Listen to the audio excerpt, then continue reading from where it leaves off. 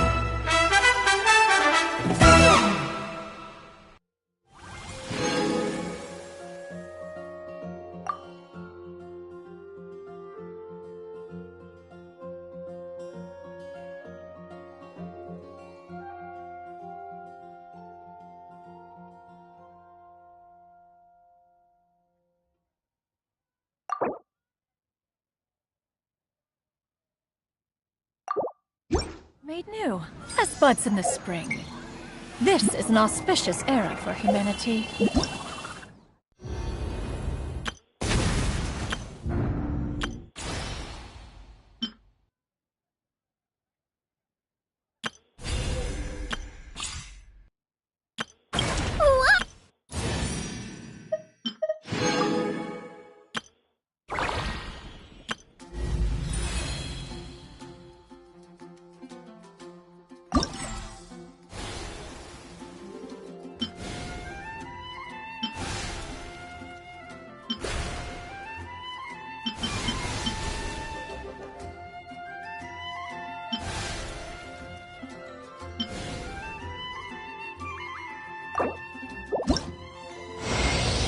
My name's Dia.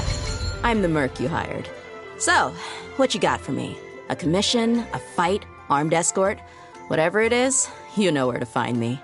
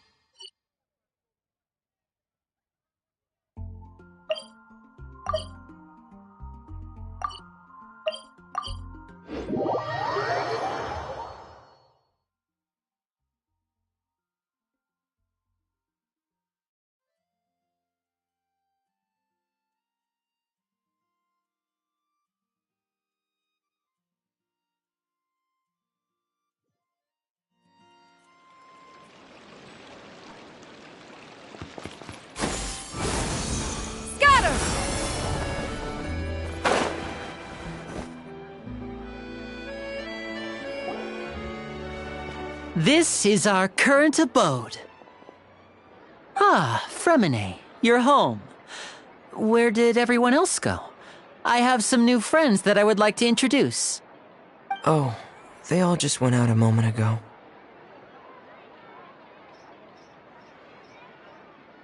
I see. Everyone is getting busier now that Father will be returning soon. I suppose that can't be helped. Allow me to introduce you to my little brother, Fremine. He is a phenomenal diver. Hello. Nice to meet you! Paimon is Paimon, and this is the Traveler! Oh, you sound very proud to have a diver as a brother, Linny.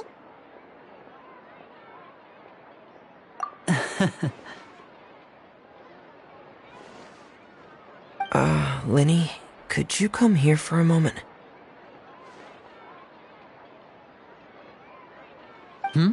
What is it, Fremine? Do you have something to tell me?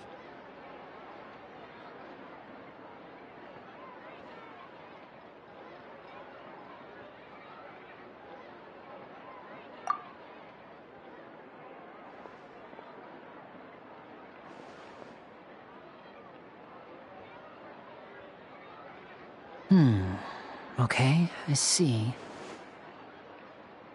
Is everything all right? Oh, it's nothing. We were just discussing a little housework.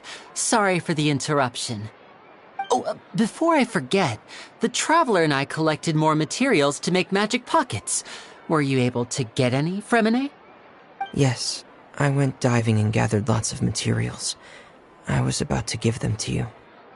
That's our Fremine, always quick with the underwater work. All right, I'll take these to the workshop.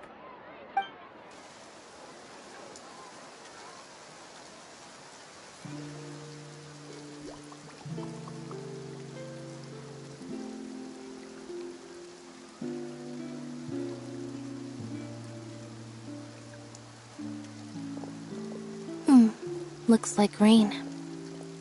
Oh, you're right. But wasn't it clear and sunny just a moment ago? Fontaine's weather sure is weird. I'm afraid that's just how it is here. It often rains on days where there are trials being held in the Opera House, but don't worry, it'll clear up soon enough. What's wrong, Fremine? There's a legend about the rain that I tend to believe. It's said that a dragon of water once resided in Fontaine. Though we don't know where the dragon went, every time it weeps, the skies will cloud up and pour out rain.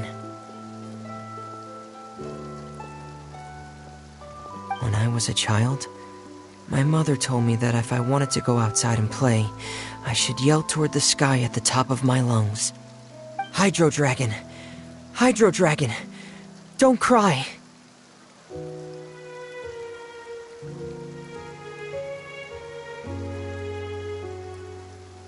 If it's an elemental dragon, then having the power to make it rain wouldn't be very unusual. Let Paimon try something. Hydro Dragon! Hydro Dragon! Don't cry!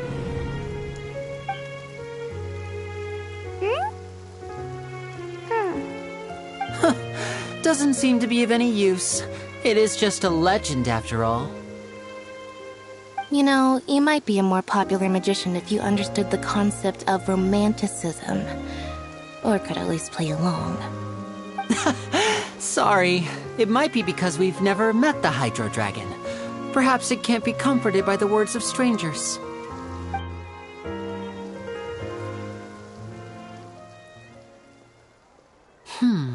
It rained for longer than I suspected.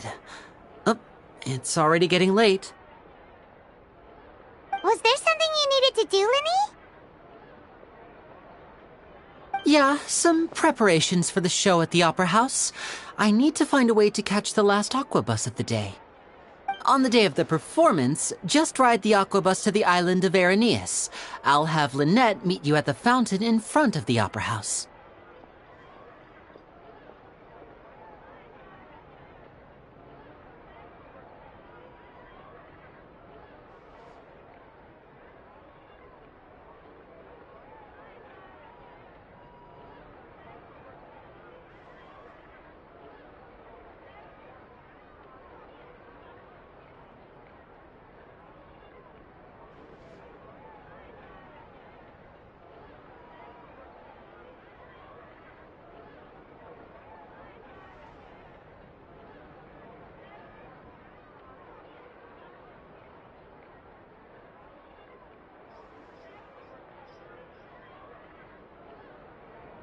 Oh, are you leaving now? What is it, Fremine? I'm in a hurry. Oh, I get it. You feel nervous delivering the materials for the magic pockets, is that it? Perhaps we could trouble the traveler to help us take these materials to the Beaumont workshop and deliver them to the owner there? I'm afraid that Fremine can be quite introverted, and the boss there tends to be pretty talkative. Fremine has always been a little afraid of her. No trouble at all! Don't worry, we're on the case! Sorry for the inconvenience. I'm quite useless when it comes to such tasks. I'll think of a way to make it up to you. Oh, no need, no need. This will be a walk in the park for us.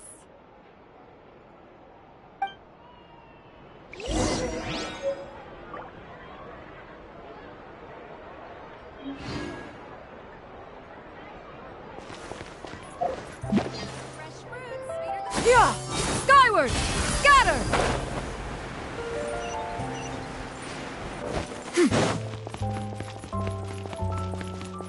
Yeah! Skyward! Scatter!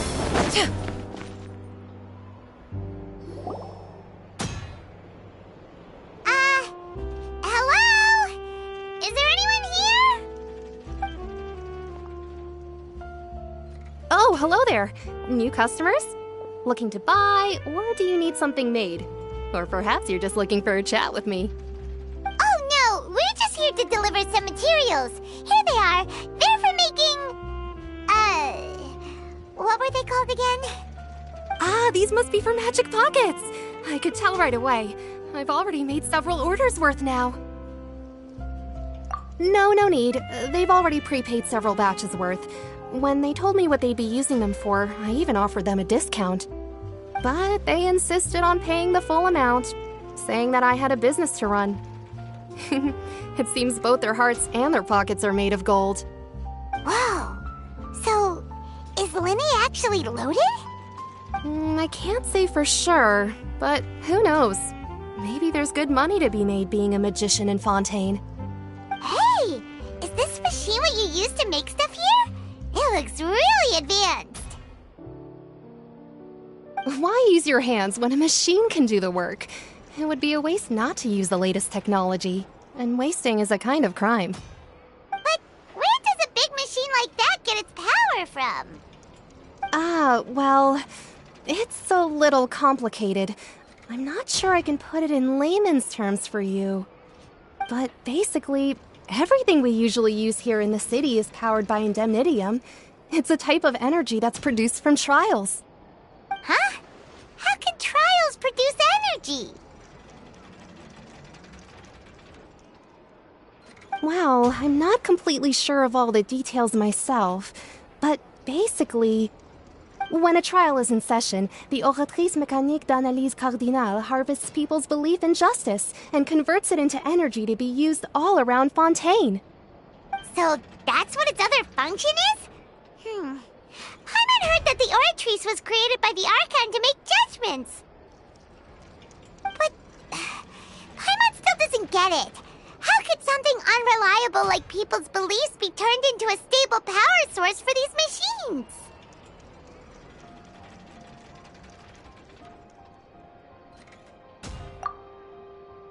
Oh, yeah! So that means the Hydro Archon relies on the machine to take the energy created by belief and turn it into power for all of Fontaine, right? Even though I've never heard anyone really put it that way before, it sounds like it makes sense. Besides indemnitium, we have another type of energy called pneumosia. It isn't produced by the power of the Archon, but it is unstable by nature. Even now, it still cannot be widely used by civilians. I thought I'd find you hard at work, but here you are chatting the day away. Since you're already talking, I'm sure you wouldn't mind a few words with me. You again? Didn't I already promise you that I'd have the more I owe to Confrérie of Cabriere by next month? Why are you hounding me now? Yeah, but how do we know that you won't go running off by the end of this month? I want 50% today. Wait, no, 70%. Huh? You... Seems business isn't so great for the workshop. We've already finished our job and delivered the materials.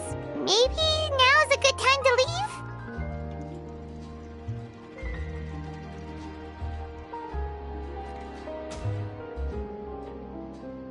Hey, hold on!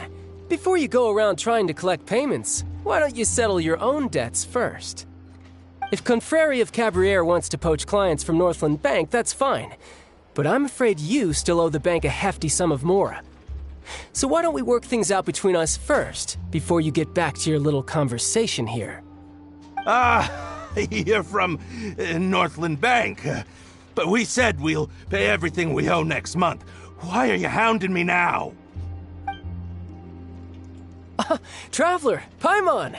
I didn't think I'd run into you here in Fontaine. What are the chances? We're surprised to see you too! What are you doing here in Fontaine? You didn't want to stay in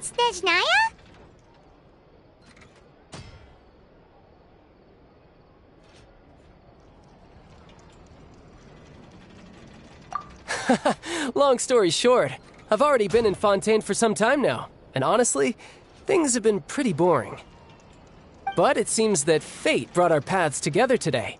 Not only will I have some good friends here now, but ones who always seem to find trouble. Either way you look at it, it seems things are going to get a lot more interesting now. Pretty sure we'd want to avoid anything that you'd find interesting.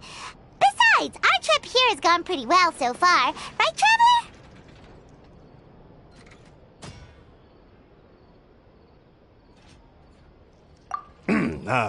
Hey, you, Northland Bank boy.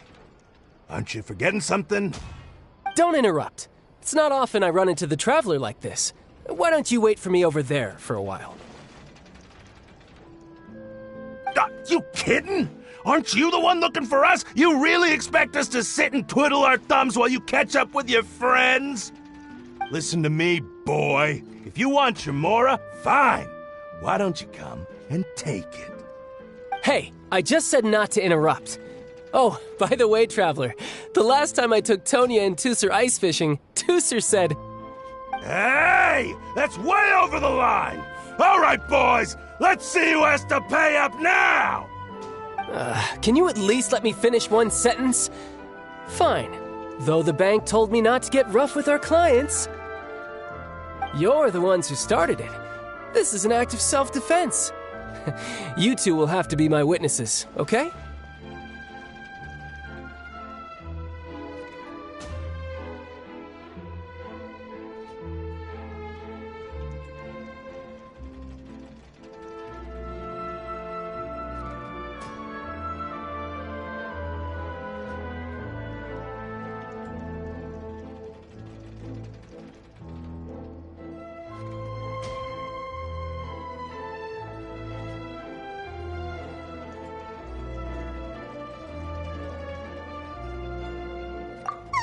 I'm sure this won't take long.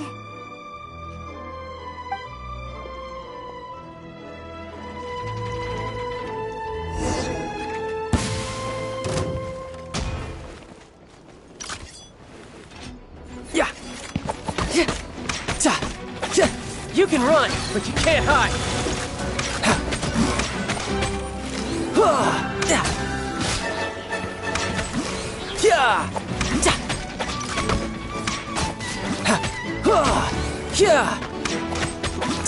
You're mine.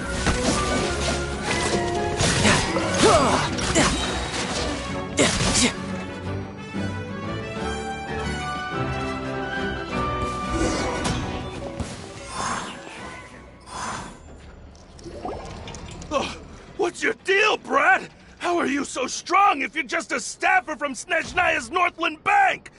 Wait, don't tell me you're... Oh, now you notice. It's a little late, don't you think? Just make sure you understand that you don't mess with Northland Bank. Got it?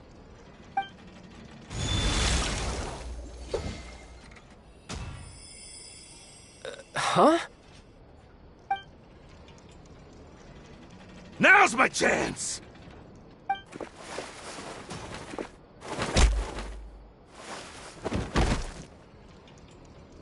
Huh. That was weird.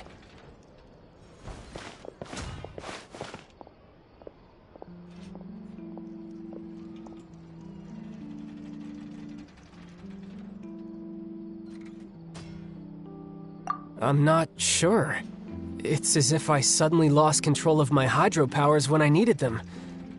Maybe there's something wrong with my vision? Strange.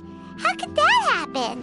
First time Paimon's ever heard of someone losing control of their vision. Never mind. It doesn't matter. If I want to stay sharp, I shouldn't be relying too much on my vision anyway. Besides, I always have my delusion in case I need it. So what are you doing in Fontaine, child? And don't say it's work for Northland Bank. Well, I guess it's because I've been in a bad mood lately. Huh? What kind of reason is that? Wait, since when do you feel down about anything? I don't know. Maybe I still have a lot to learn about myself. But recently, there seems to be some sort of restless power stirring inside of me. And I don't know why, but every now and then I feel like I'm in a terrible mood. Maybe you losing control of your vision just now is connected with that power you're feeling inside. That is a possibility. I can't remember if I ever mentioned it before, but when I was 14, I fell into some unknown abyss. It was during that time I learned nearly all of my abilities. The one who took me under her wing and taught me was named Skirk. She was always quiet and very mysterious. Nobody knew where she came from or what she had been through, and she was always very strict when teaching me combat techniques. One time, I asked her why she was willing to take me on as an apprentice. From what I could make of her answer, it was because I had awakened it, and traces of it remained on me. She said that all my combat training would be useful in the future. But what is it? What did you awaken? She never explained that, but my guess is that it's related to a dream I saw when I had just fallen into that abyss. In my dream, I was in the deepest depths of the sea, and the boundless seabed was all around me. But in front of me appeared a whale that was so massive, I felt like I couldn't breathe. A whale? Oh, that sounds familiar! When we fought against you before, you summoned a huge whale that seemed to leap at us. Is that the one? That's just an abstract form of a whale that I create using my elemental powers. It takes that shape because the scene I dreamt of the whale has always been stuck in my mind. I'll never forget it. So you used the whale as inspiration for one of your moves? Huh. Seems a little twisted to Paimon.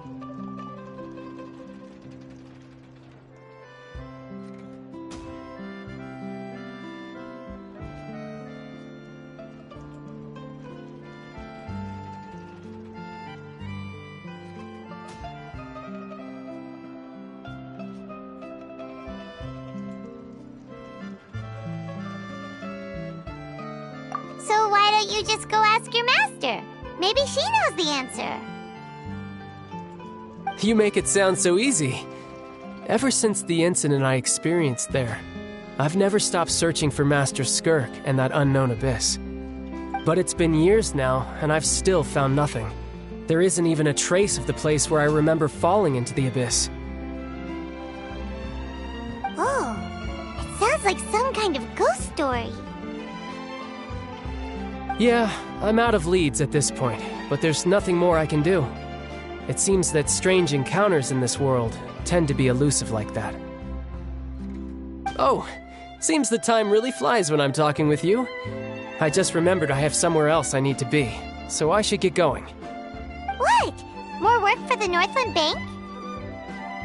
No, it's more of a personal appointment. Lately, I've been sparring with some of Fontaine's official champion duelists whenever I'm feeling bored. Official champion duelists?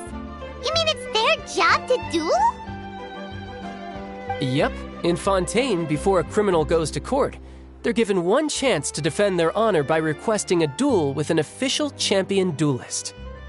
The champion duelists are all-powerful fighters selected from among the nation's best. And the duel itself is a no-holds-barred fight with no specified stopping point. So engaging in such a duel is regarded as a symbol of defending your honor. If a criminal manages to win the duel, they'll be acquitted. But if they lose, they'll have no choice but to stand trial. And the worst-case scenario is that you're simply killed in the duel. Though it's rumored that Fontaine has a death penalty, from what I can tell, no one has ever been officially sentenced to death. So really, the only people who opt to duel are those who have suffered a grave injustice in being accused, or those who greatly value their honor. Otherwise, why gamble with your life? So, do many people actually get out of their trials by winning the duel? Apparently, it's exceedingly rare for anyone to actually win. Fontaine probably enacted this system as a way to show that the nation respects the honor of its citizens. Besides, none of the champion duelists are to be trifled with, which is exactly why I was itching to face them as soon as I got to Fontaine. Apparently, the one I'm meeting today, Clorinde, is the strongest of the champion duelists. I had been asking her for some time before she finally agreed to face me today. Well, that's child for ya. Paimon feels like we heard that name somewhere before. Clorinde. Huh. Oh, before I forget, I want you to have this. Huh? Your vision? You're seriously just giving it away? I'm just worried that it could become uncontrollable again. I'd be pretty upset if it got in the way of my duel, so I think I'll be better off without it for now. Besides, I just need you to hold on to it for a short while. I'll come retrieve it when I have some time later. Paimon knows what you're up to. You just want an excuse to come talk to us again, don't you? Whatever gave you that idea? I'll be in touch later.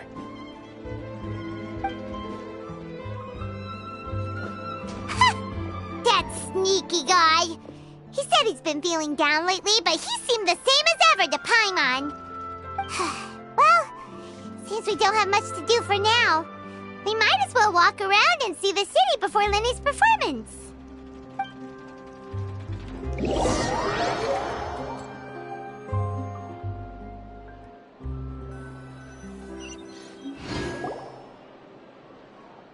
Wow!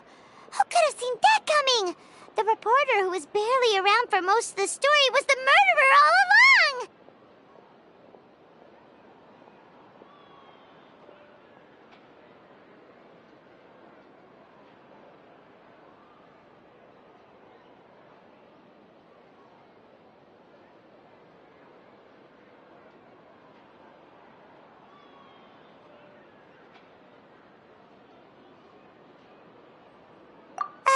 Sorry.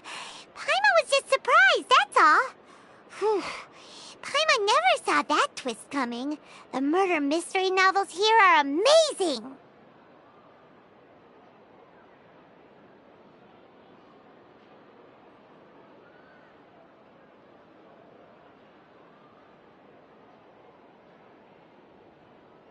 The whodunits here in Fontaine are a lot different than the light novels you see from Yai Publishing House. Both have their merits, but Paimon thinks this style of novels are more, well, novel. It's so exciting to reach the moment when the mystery is uncovered, especially in the one Paimon was just reading. You should buy a copy and read it too.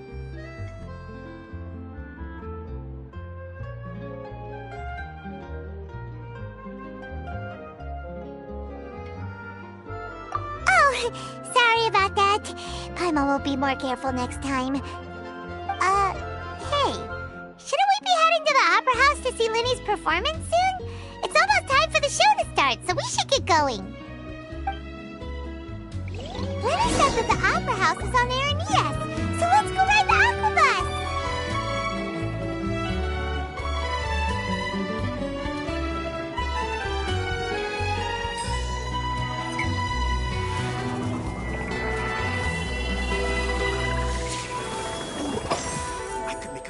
From this. Investing too much emotion puts you at risk of doing something irrational. So these are the kind of headlines you're going for these days.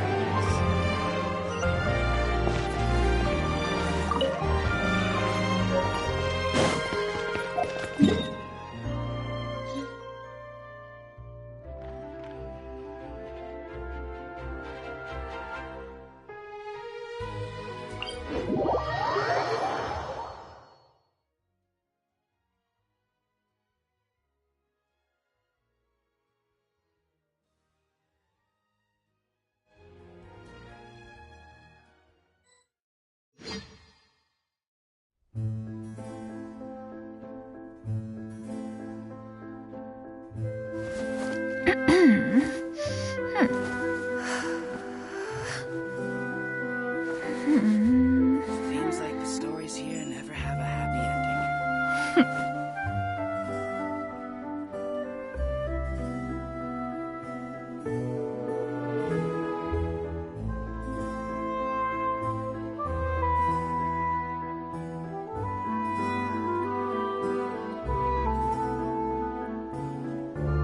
If you are presently unoccupied, perhaps we could stop a while at one's abode for some repose and conversation.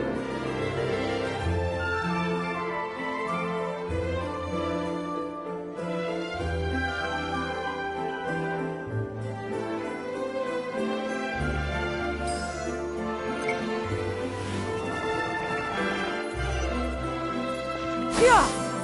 Skyward!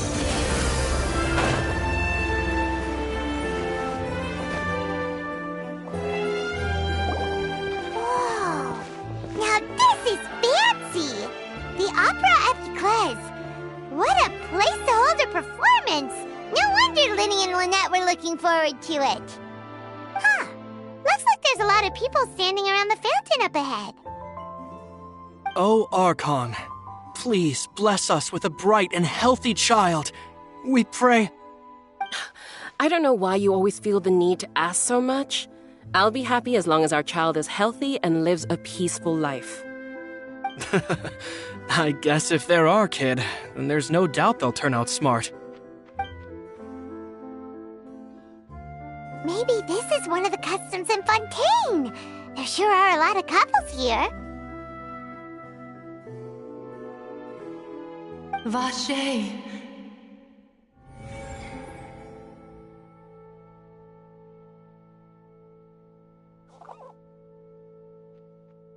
What's wrong? Vache. Vache.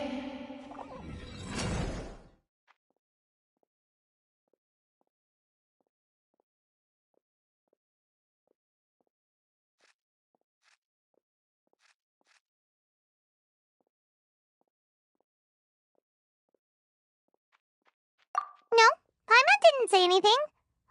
Are you hearing things?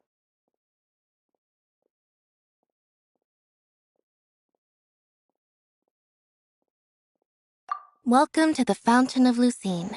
All the water flowing through Fontaine converges here. It's customary for newlyweds to come here and wish for children. Ah! Lynette! You scared Paimon! When did you get here? Lenny asked me to wait here for you, remember? Right.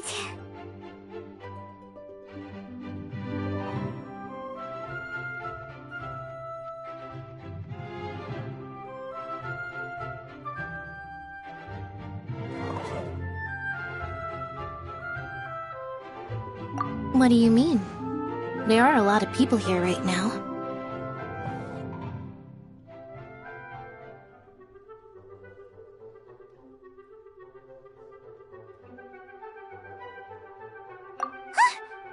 Hey, you're not trying to scare Paimon, are you? Besides, it's the middle of the day. It's not the time for eerie things. I see. I might be able to tell you something that could help explain the voice you heard. In fact, you might not be imagining things at all. I suspect that what you heard is a result of your hypersensitivity to the hydro element. Others in my family have had similar experiences. It's because of his sensitivity to the hydro element? But what would hearing a voice have to do with elemental power? When do you cry, Paimon? Wait, what? What does that have to do with anything? Just answer me. When do you cry?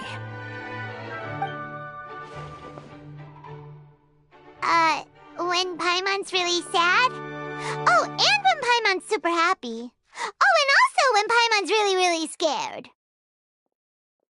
Then you should understand that tears contain your most intense emotions.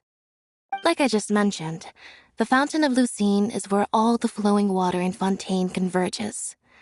Even the tears that fall to the ground will eventually gather here. So maybe what you heard was the intense emotion coming from someone's tears.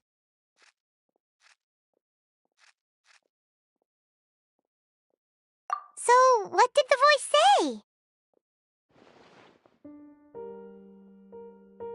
Huh. If you are hearing their emotions, then Paimon wonders what happened to them. Rather than worrying about them, we should worry about my brother first. Don't let that calm look of his fool you. He tends to get pretty nervous just before a performance. So chatting with Linny might help him relax a little before he goes on stage. Oh, right. That makes sense. Let's go in and see Linny.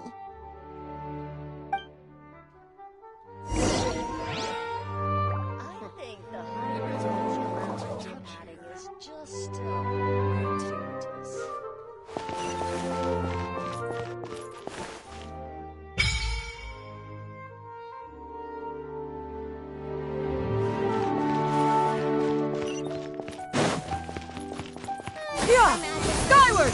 Scatter!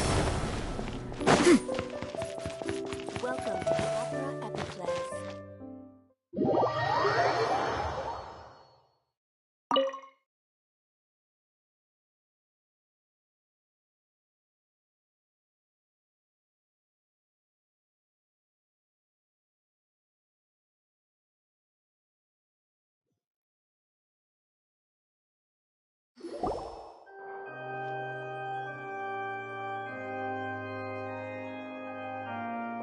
Traveler and Paimon, good to see you. I knew you two would come. Are you kidding? We wouldn't miss it for the world. We've been looking forward to it. I can tell, judging by how early you've arrived.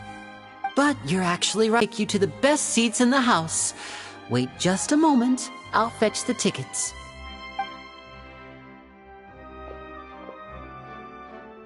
Has assigned seating, so you always have to make reservations. I've already reserved your seats, and here are your tickets. Front row seats! Thanks, Linny! Don't mention it. There's no need to keep thanking me. Hey! Seems there's an issue with the stage props over there. That's Cal, my assistant, calling me. I'll go lend him a hand. Yeah, we'll just go to our seats. You go ahead, Linny.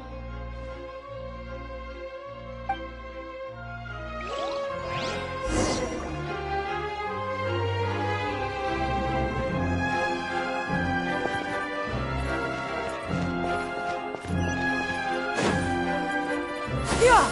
Skyward!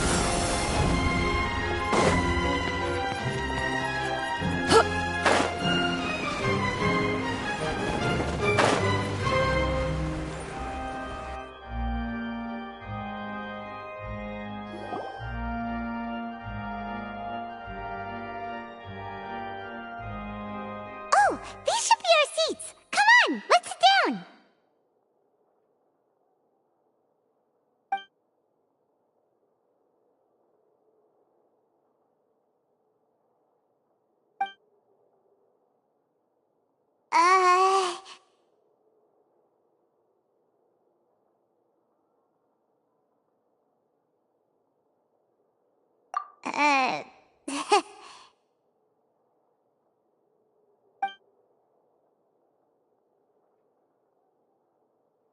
Hey, Traveler. Maybe we should strike up a conversation with the person next to us. Since we're sitting together and the rest of the place is practically empty still, it's kinda awkward if we don't say anything. Oh, you little... Of course you put this on Paimon. Excuse me, I did not realize you felt awkward. I am terribly sorry. I would be perfectly happy to chat with you if that is what you would like. Oh, So you heard all of that, did ya? Boy, you sure have good ears. Paimon thought she was keeping her voice down. Wait, that's not it, Paimon's. Sorry. Paimon's the one who was being rude, talking under her breath like that. So, let's talk, but, what should we talk about? Oh, Paimon's got it. You're also here early and sitting in the front. Are you a friend of Linny's too? A friend, you say? Well, if Mr. Linny would like to be my friend, I would be more than happy to reciprocate. Oh, so you're not friends with Linny then? Oh, this is getting more awkward by the second. Paimon nearly forgot to make her introduction. Nice to meet you. Paimon is Paimon, and this is the Traveler. We just arrived in Fontaine. It is an honor to meet you two. I have heard of your deeds across Tevat. And as required by proper etiquette, I will also introduce myself. I am... Oh, Monsieur Nervillet. What an honor it is to have you here to see my show. Ah, Mr. Linny. I should say it is in fact an honor for me to see your performance in person. Wait, Nervillet? Could he be... I saw you all chatting just now, but it seems you still don't know who Monsieur Nervillet is. Allow me to introduce you to Fontaine's Chief Justice. That seat is always reserved for him. It wouldn't be too much to say that he's the symbol of justice and honesty here in Fontaine. Whoa! Sorry for being so rude just now. Paimon had no idea you were such an important person. No offense taken. Being Chief Justice is merely what I do for work. Nearly every person has their usual reserved seat, so I'm not so special, really. And by the way, I should probably let you know, even though I would prefer not to. There's someone sitting up there in the VIP seats that has been striking a pose for quite a while now. I believe she is trying to give you a most elegant and impressive first impression.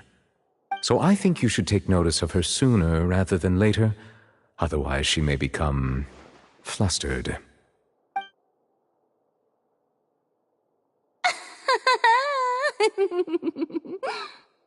Huh?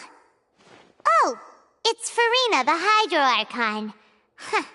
She sure has a smug and satisfied look on her face. Guess she has no idea that you saw right through her act. Very good. That is for the best. No need to pay her any more attention. We may now enjoy the show. Huh? So is this what things are like between the Chief Justice and the Hydro Archon? All right, please wait just a moment longer. I've pretty much finished my preparations, and the performance will start as soon as the audience has made their way to their seats. Yay! The show's finally about to start! Paimon can hardly wait! Paimon's never seen a real live magic show before!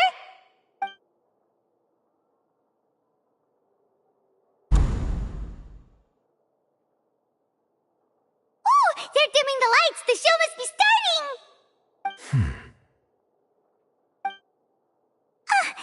Sorry. Paimon will try to stay quiet. Welcome, one and all, to the Opera Epiclese. I am the star of today's show, Linny. And over here is my sister, Lynette, who will be working as my wonderful assistant. Please, let's give her a warm welcome. Hello, everyone. I know she may seem to be a little sleepy right now, but that's just a sign that she's nervous. Whatever. Now, some of you may be thinking, two vision holders who can freely manipulate elemental powers performing magic is not true magic at all. So, I would like to take a moment to assure you that elemental powers will have nothing to do with what you will witness on the stage today.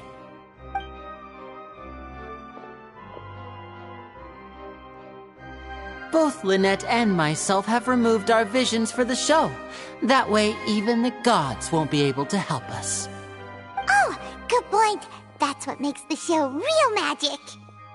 Now, without further ado, let the show begin. Lynette will now exit the stage to make some preparations. I know you might miss her, but don't worry. She'll be coming right back on stage momentarily. Perhaps in an unexpected way. I'm sure she'll be stealing the spotlight soon enough. Oh, and before I forget, there's one more thing I should say. You never know what can happen in the blink of an eye.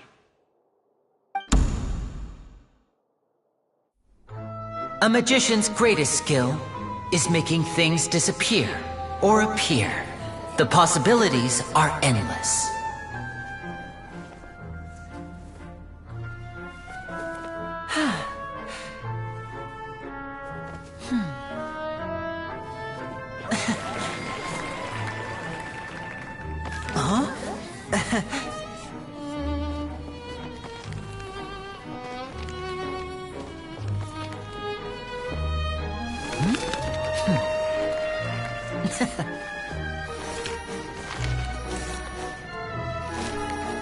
But this isn't what you came for. These little tricks, you've seen them all before. So it's time for something truly extraordinary, don't you think? This one's a little tricky.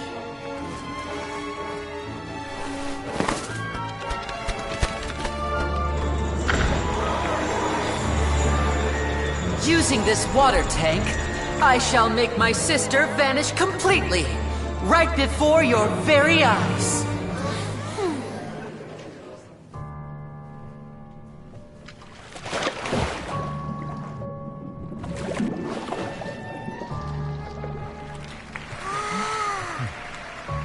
It's actually quite simple.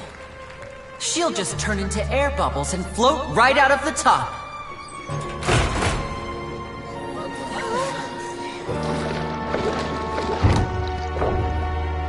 Oh no! I told them to check all the props carefully.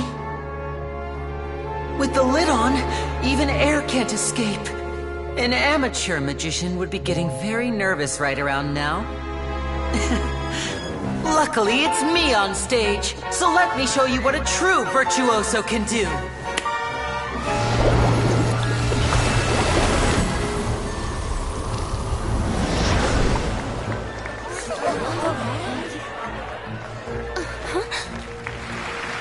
Lynette, are you still there? Don't go too far. We don't want to use up all our magic. Hi, I'm back. Uh-huh.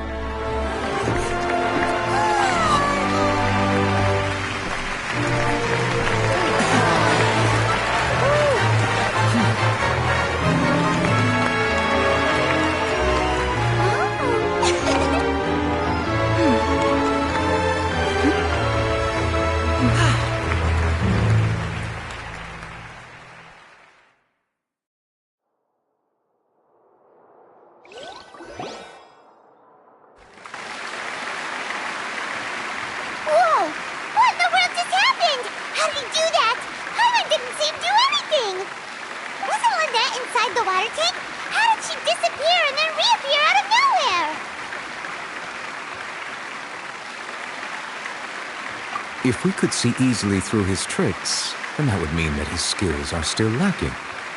To appreciate magic, you should focus on the show happening on stage, rather than getting caught up in trying to see that which has been intentionally hidden. Guess you're right. Paimon couldn't believe her eyes when Lynette reappeared. Amazing! Thank you everyone. I'm glad you enjoyed that performance. But our magical journey has only just begun. I've prepared even more astonishing surprises for everyone here. The magic of transformation and disappearance can go far beyond what you've just seen. I'm sure many of you are thinking that escaping the water tank was impressive enough, but Lynette is still my assistant after all. In which case, I have ample time to make all necessary preparations. So, for my next trick, I will require the participation of one lucky audience member. Please, if my assistants could bring out the magical boxes now. There are 2 boxes and only 2 boxes. One is here and one is there in the aisle among the audience. I'm sure many of our clever audience members have already guessed our next magic trick. A swap! Our lucky audience member and I will each enter a magic box. After 1 minute, we will each emerge from the opposite box. Now please, everyone pay very close attention to the box you see here. Don't give me any chance to make a move. Wow! How's he gonna do this? Hey, do you think this is all magic tricks, or does Lenny have actual superpowers?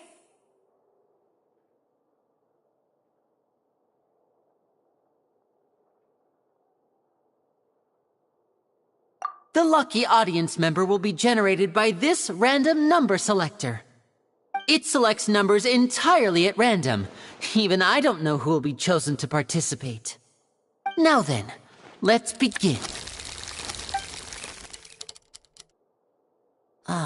Let me see. Oh, row 7, seat 3. Congratulations!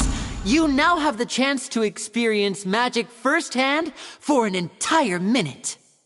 Please, come forward. My assistant will take you beside the magic box. I'm sorry, it might be a little cramped inside, but no need to feel nervous. We've carefully arranged everything for you to be as comfortable as possible. You don't need to do anything, but no matter what strange things may happen, don't come out of the box. If the magic is interrupted, who knows where you might end up? You might even find yourself in the Fortress of Meropide. Oh, okay. All right. Before I enter the magic box, there is one more thing I need to ask the audience to do. Could you all give me a countdown? Like this. 60, 59, 58. Just keep counting down. You can go a little faster or slower if you like. I won't be able to see anything in the pitch-black box, so I'll be relying on your voices to know when time is up. Oh, and no tricks now. If you quickly count from 60 in just 30 seconds, then I'll be in a tough spot. Ooh! Paimon kinda wants to count faster after hearing him say that!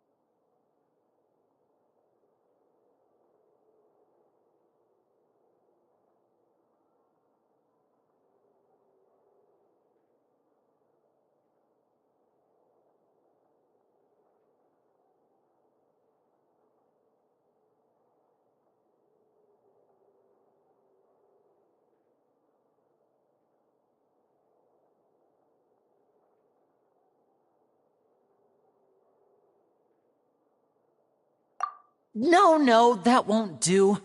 I can see it in your eyes. You still can't be trusted. Let's practice together. Come on, repeat after me. 60, 59, 58. 60, 59, 58! That's right, perfect. Keep it going. All right, I'll see you all on the other side once you've finished counting.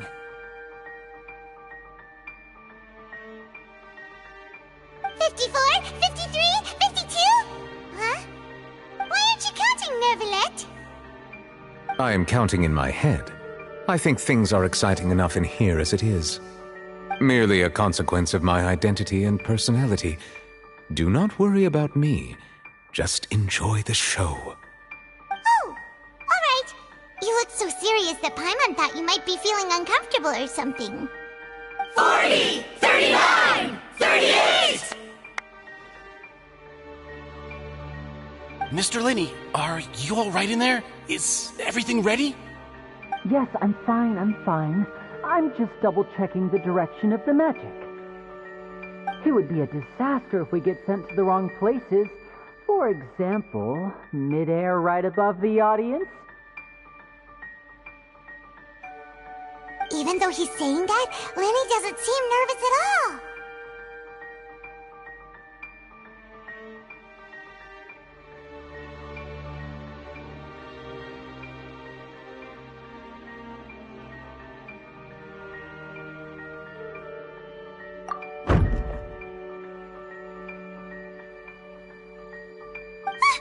What was that noise? Did you hear it too?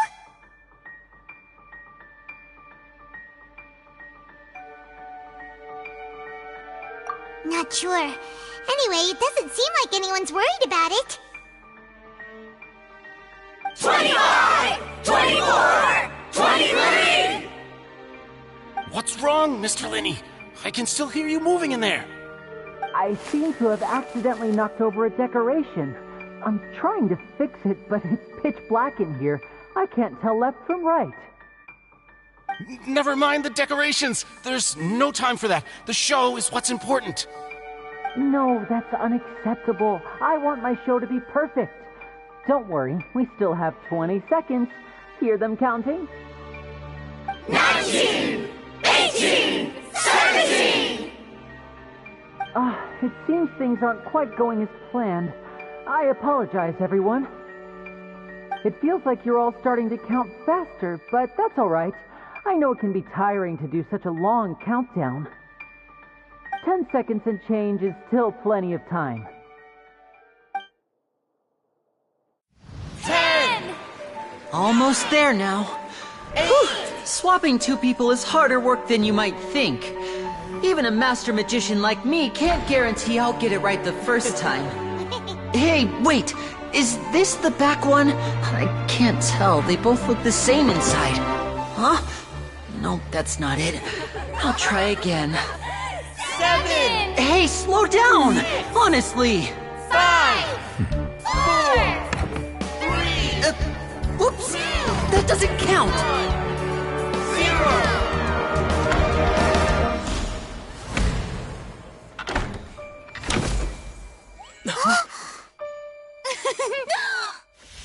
Ta-da!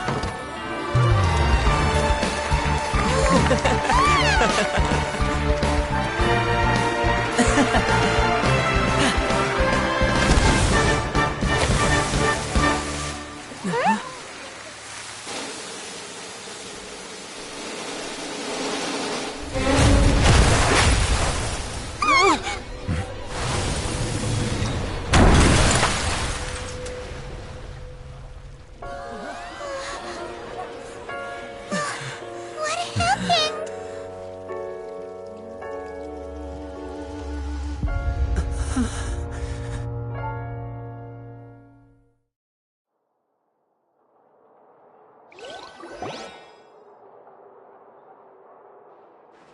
Huh? Is this part of the show? Mr. Linney, you're going to use magic to fix the stage now, right? What happened? Oh no. Maybe this isn't part of the show. The girl was still in that box, right? This performance is over. Medical staff with me. Guards, secure the scene and detain all the performers. Seal the exits. No one is allowed in or out at this time. Yes, that's right. If this was just an accident, then we must investigate the cause. But if this was all part of some scheme, then those accountable will not escape the judgment of the God of Justice! No need to be alarmed, you two. We'll get to the bottom of this soon enough.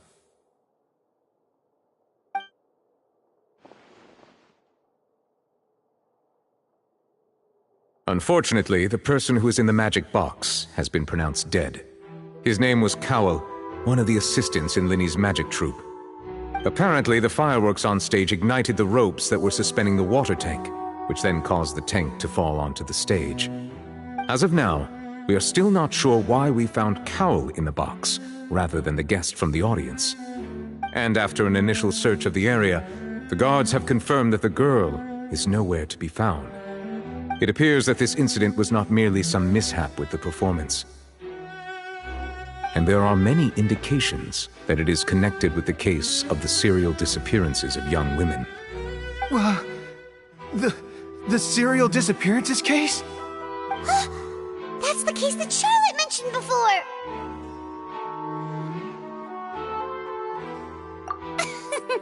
I know the truth.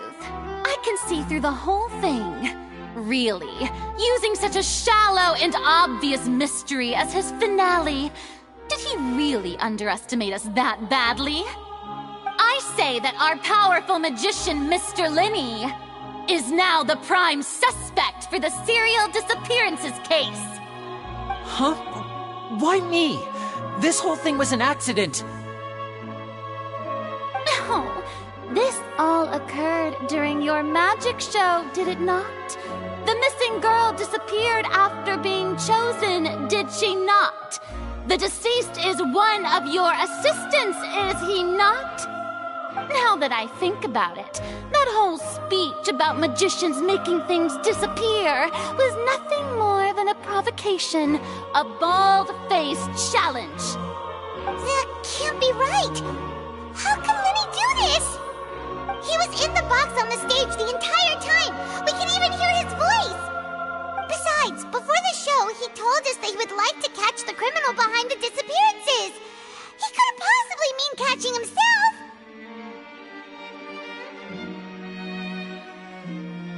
Save discussion for a later time, please. Lady Farina, may I assume that your comments just now constitute an accusation against Mr. Linny and his associates, and that you are pressing charges? Huh? I just think that I think it might be a little early to talk about formally pressing charges. But what Lady Farina said just now makes perfect sense. Looks like she's gonna personally deliver justice. A kidnapping and murder carried out under the cover of a magic show. Lady Farina said it all. I mean, of course, my dear people. But what excites me even more than the obvious truth before our eyes is the opponent I'll be facing. That's right. I mean you, Traveler. You'll support Linny, won't you? After all, he was the one who helped you the first time we met. Then there's no problem at all. You know, the Traveler and I already had a duel the first time we met. But with Linny's help, our little duel ended in a draw. But draws really are the most boring possible outcome. So, no more draws. Between the two of us, there must be a clear winner and loser. And what better place to hold such a riveting showdown and decide the true victor than here, on the grandest of stages, the Opera Epiclese. Huh? It wasn't a draw. She obviously lost last time. I understand. Charges have now been pressed. and as such, a trial is in order. Well, traveler, seems Lady Farina has set you in her sights. But putting her dramatic rhetoric aside for a moment, I would like to ask you, are you willing to act as Mr. Linney's attorney and defend him in this case?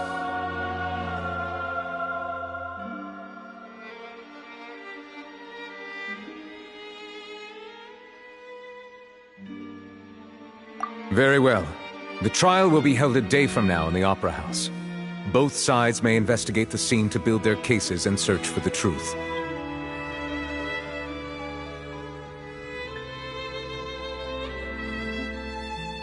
Linney and his troupe are all potential suspects and shall remain within the Opera House.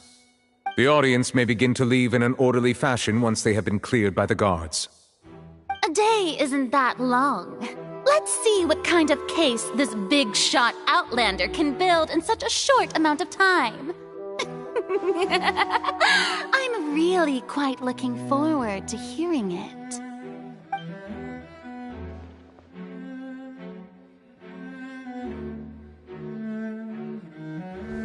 Lenny!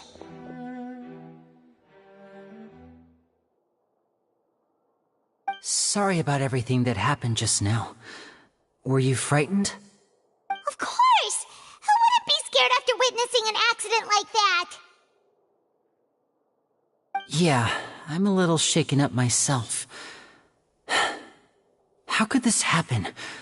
And poor Cal. I know you already claimed that you would defend me, but now it's just us talking. Tell me, do you think I could possibly be the murderer?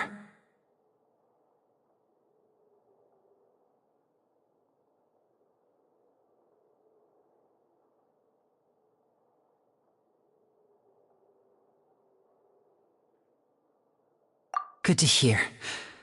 Thank you so much for trusting me.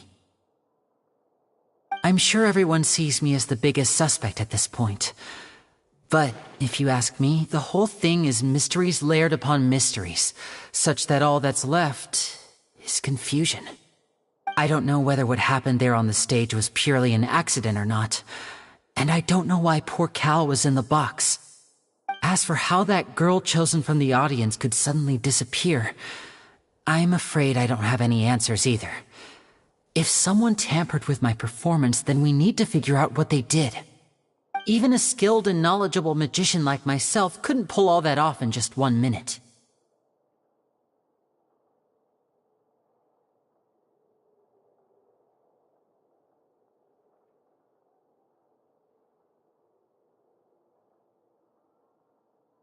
Which is precisely why we need to investigate!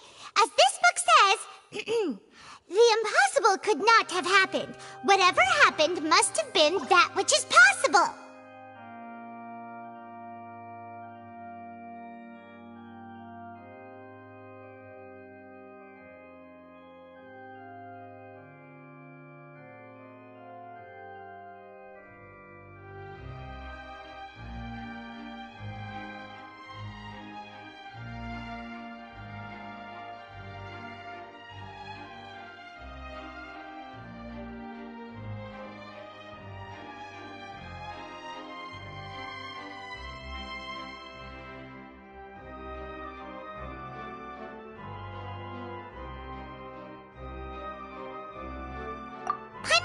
When we were reading at the bookshop in the city earlier. Pretty cool, huh? Don't worry, Paimon used her own savings to buy them. It wasn't from our travel funds. I think they look cute on you, Paimon. You have good taste, Lynette! That's the right attitude. Feeling depressed isn't going to help me now. I need to get back to my normal self. But with the guards watching our every move, it's going to be especially difficult for Lynette and I to prove our own innocence. Good thing you agreed to be our attorneys. Thanks for that. We'll be counting on you. Yes, thank you so much.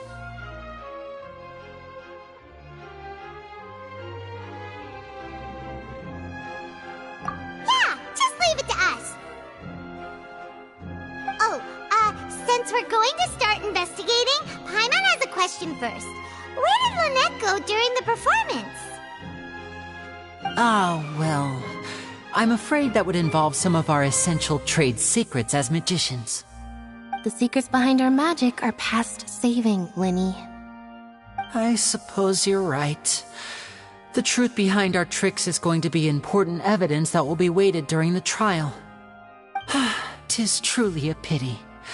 As a magician, our magic show is a work of art. We've poured countless hours and spared no effort in perfecting it. But if revealing our secrets will help you uncover the truth behind what happened, then it will be well worth it. We should go somewhere else if we're going to discuss our magic tricks. We'll go speak with the guards, and in the meantime, you can go investigate the stage and the seating areas. Alright, let's go have a look while the investigation teams are still here. Detective Paimon is on the case!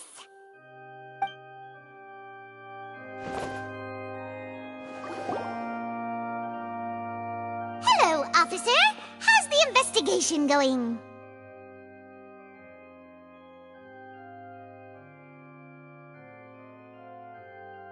Ah, I see. You must be the traveler that Lady Farina mentioned. Listen, I'll be perfectly honest with you. I'd avoid getting mixed up in this whirlpool of a mess if I were you.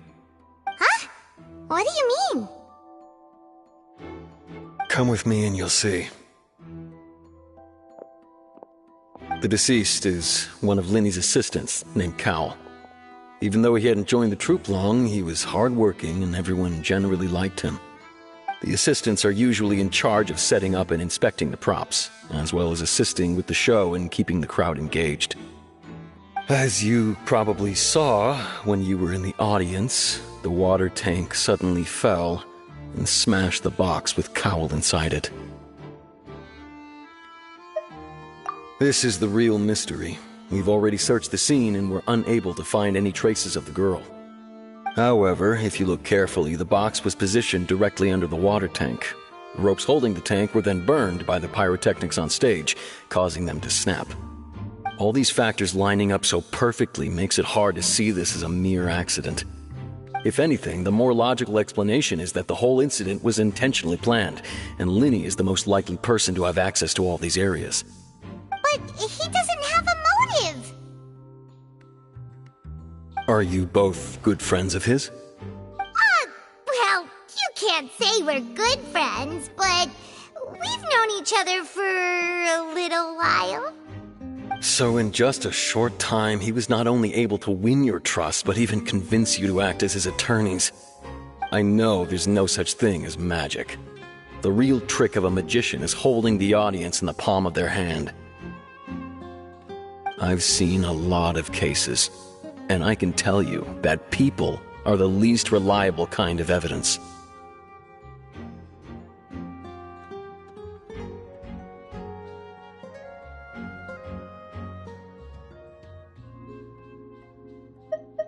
Sorry, I tend to be pretty straightforward. Just know that I'm warning you for your own good. Anyway, you may investigate the scene of the crime yourselves if you're curious. Who knows, maybe you'll be able to come up with some new evidence.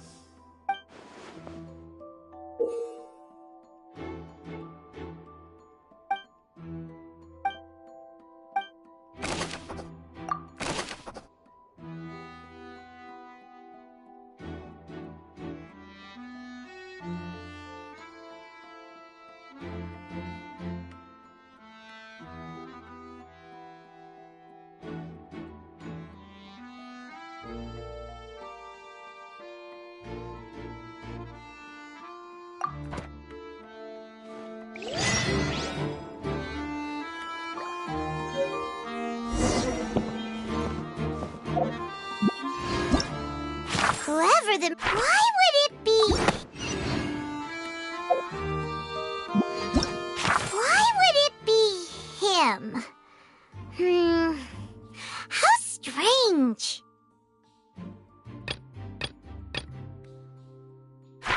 Whoever the murderer was, they must have made preparations well before...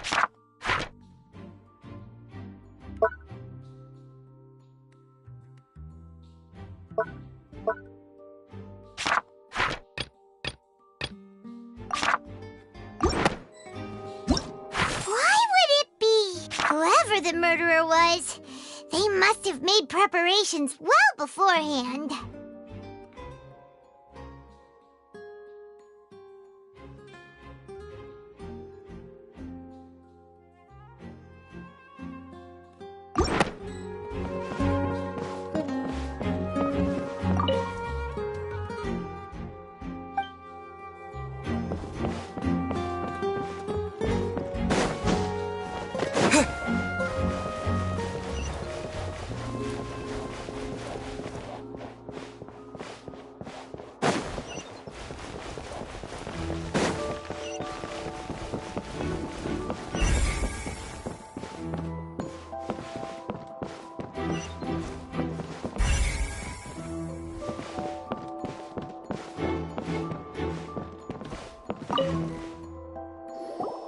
So this is the rope that broke and caused the water tank to fall. The rope looks pretty durable. How can it be burned through so quickly by fireworks?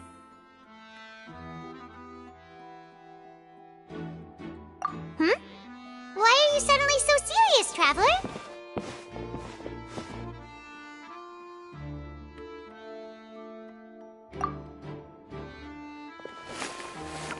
Whoa! Look! This bit is made from different material! Most of it was burned away, but there's still a little bit of it left.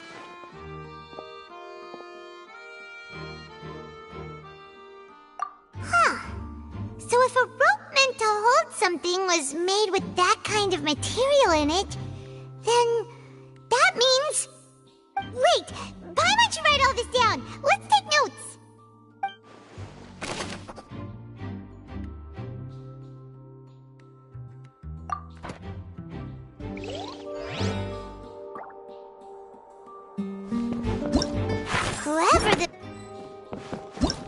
Whoever the murderer was, this rope was obviously tampered with.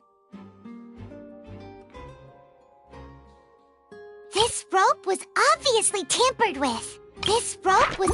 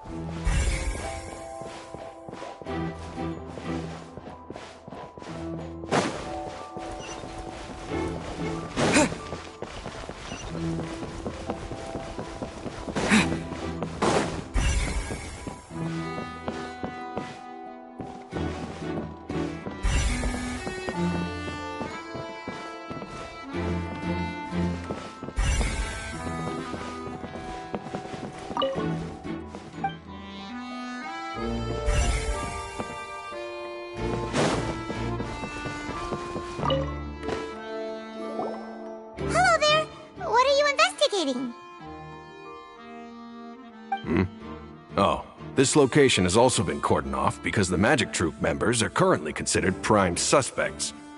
The investigation team is still collecting evidence. The seats were all booked in advance, so we were able to deduce the missing woman's identity by checking the guest list. Sure, it's not like this is confidential information. We will publish it later anyway when we petition the public to help us find the missing person. Her name is Halsey. She's a painter from Fontaine who's made a bit of a name for herself. Apparently, she wasn't a regular at the Opera House, but she'd been feeling some pressure with her work lately, which made her decide to come see the magic show. The Magic Troop members all claim not to know her. We have looked into her social connections. It seems that she has no personal grievances or conflicts of interest with the suspects.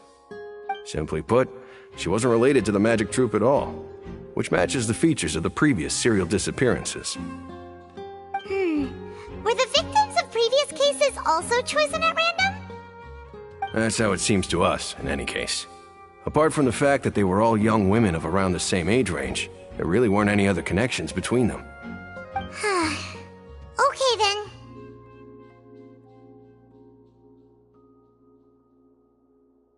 No need to be so formal. If you do happen to see the missing girl, please be sure to contact us. It is of utmost importance that we get to the bottom of these disappearances.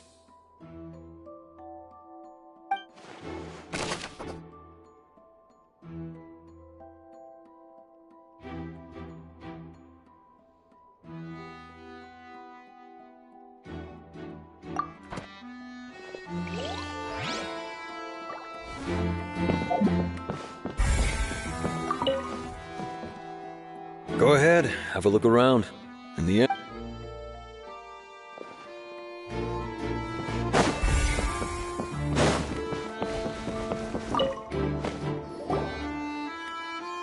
The investigation team has some new findings. Turns out there's an issue with the random number selector after all. See, I told you. What if the machine picked some big guy's seat? You think the murderer would have still made his move then? Sorry to interrupt, but we're helping Linny and Lynette with their side of the investigation. What were you saying about the number selector? There's something wrong with it? You're trying to help them? That'll be a tall order. Linny used the machine to pick a random member of the audience during his performance, right? The lucky girl that later disappeared. Well, we thought there might be a serious problem with the machine, so we had it taken away for further inspection. It turns out that the seat number it picked wasn't random at all. The machine picks that same number every time. I'm sure you already know that you have to make a reservation in advance to get a seat, regardless of whether it's a trial or some performance. In other words, Linny knew who would be sitting where from the very beginning. That much checks out. Linny reserved our seats for us, too. Bet you see why I was saying it'd be tough to make a case for Linny.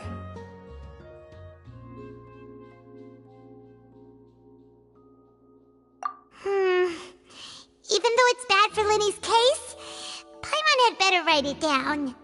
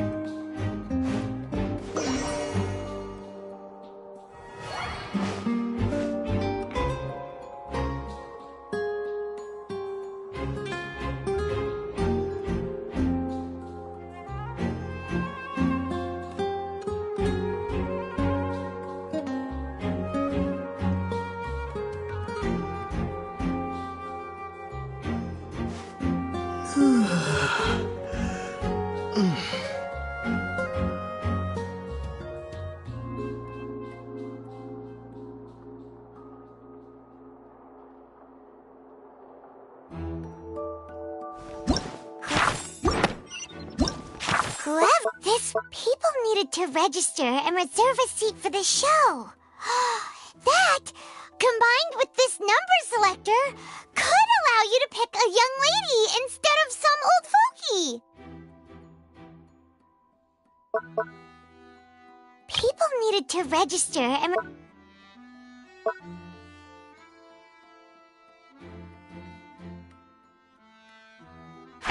Why would it be him? Gosh, no wonder the serial disappearances never got solved.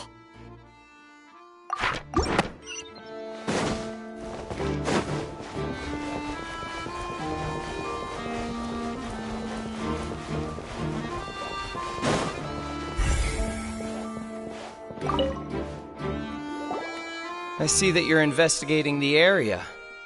Well, it just so happens that I'm interested too. If you find any new and interesting leads, be sure to share them with me, all right? We don't have too many thoughts yet.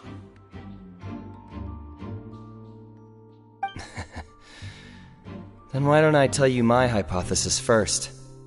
The way I see it. And I'll start it with that loud thud. The thud? Oh, you mean the sound that happened during the countdown? Yes, exactly. It wasn't terribly loud, but I suspect that most people heard it. It's just that everyone was awaiting the results of Linny's trick with bated breath, so no one paid it much mind. But now that the incident has happened, the thud has become an important clue. That makes sense. So, what do you make of it? I'm of the opinion that it may have been the sound of Linny's accomplice. Lynette, perhaps. Jumping atop the water tank, or something like that. And when the pyrotechnics went off, she cut the rope, sending the water tank crashing down. But wasn't the noise we heard too loud for that? Perhaps the balance wasn't right, leading to a particularly rough landing. Oh, that's true. I suppose I must reconsider. That does remind Paimon, though. What was with that sound?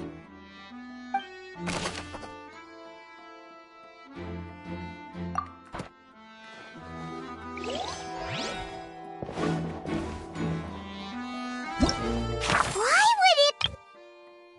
God, we all heard that noise, didn't we?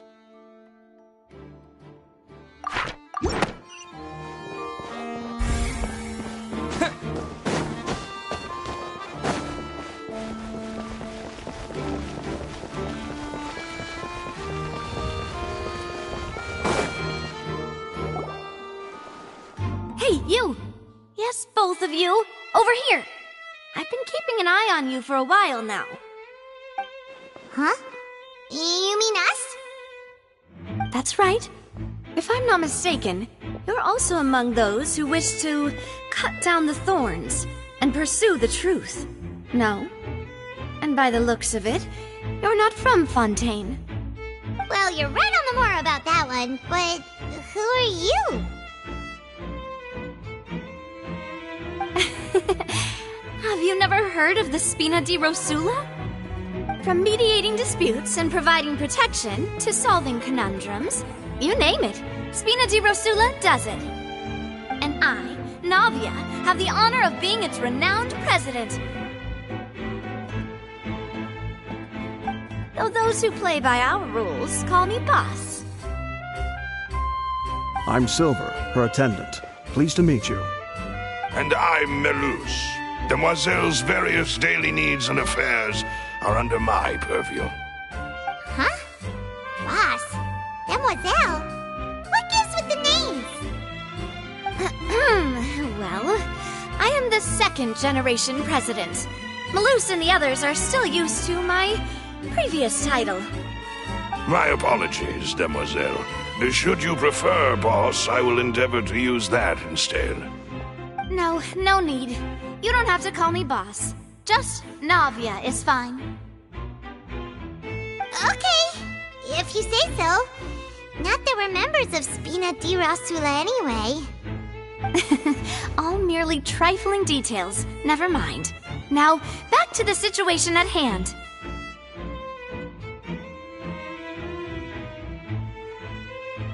That's right. I've always kept an eye on the serial disappearance cases.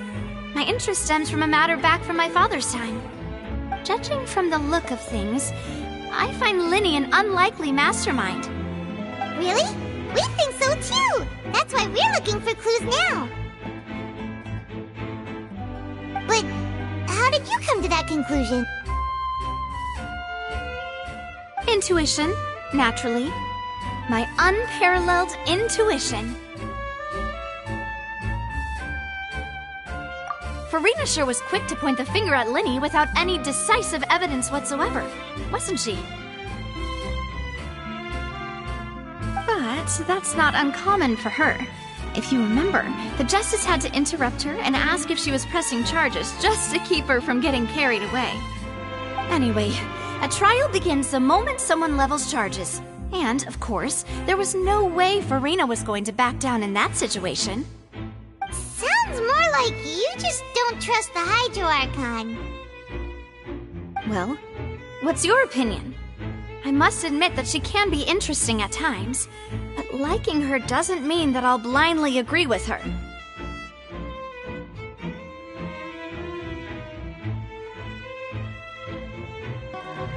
All right, I've answered your question.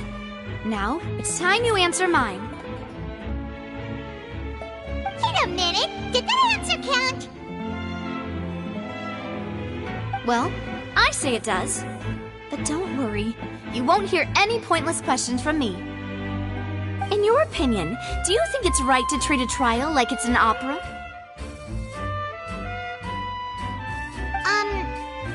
Well? And why would that be? See, Silver and Melus? I told you they'd be different. Most astute of you, Demoiselle. I, too, think that the Traveler's response was most excellent. No matter how wonderful the script or how fervent the audience's expectations may be, the trials that go on stage here must be based in fact. And if that can be done, boss, then... All right, that's quite enough, Melus. Anyway, I like your answer. You pass with flying colors. Now, I need to make some preparations, following which our joint investigation shall commence. You two shall be my assistants. Wait! Since when did we become assistants? Oh, well, I can be the assistant, sure. Or your companion, if you like. I'm really not that fussy. That's more like it.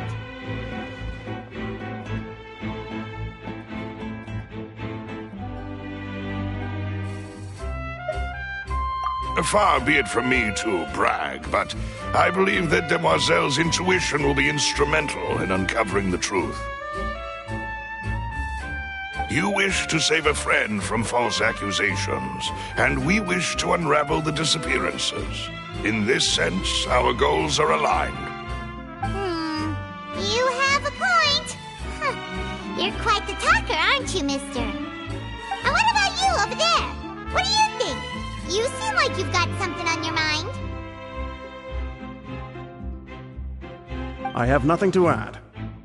Oh, alrighty then. We'll be making some preparations first. Just be sure to let us know if they start revealing Linny's tricks. Thanks!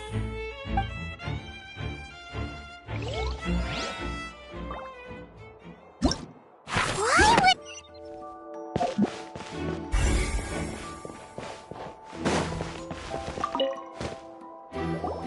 Sorry, but no one can freely enter or exit the Opera House at the moment. If you wish to leave, you must register your identity with us first.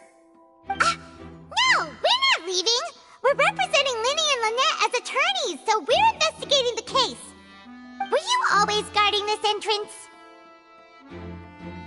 Yes! After the Chief Justice gave the order, everyone coming in or out must undergo a strict inspection. So, the missing girl couldn't have left from here. At least, not from that point on. I doubt there was much opportunity then, either. How can you be so sure, Well, because I was in charge of security near the entrance at that time. I couldn't see Linny's performance from here, which was quite a shame. Just my luck. But still, I did not abandon my post, and I stayed put no matter how loud the applause was. If someone had so much as even approached the door, I would have noticed it, let alone if they had tried to leave. We Melazines are good at that sort of thing, you know. So, it's safe to say the girl couldn't have left through here. Alright, thank you for your help. This'll be useful info.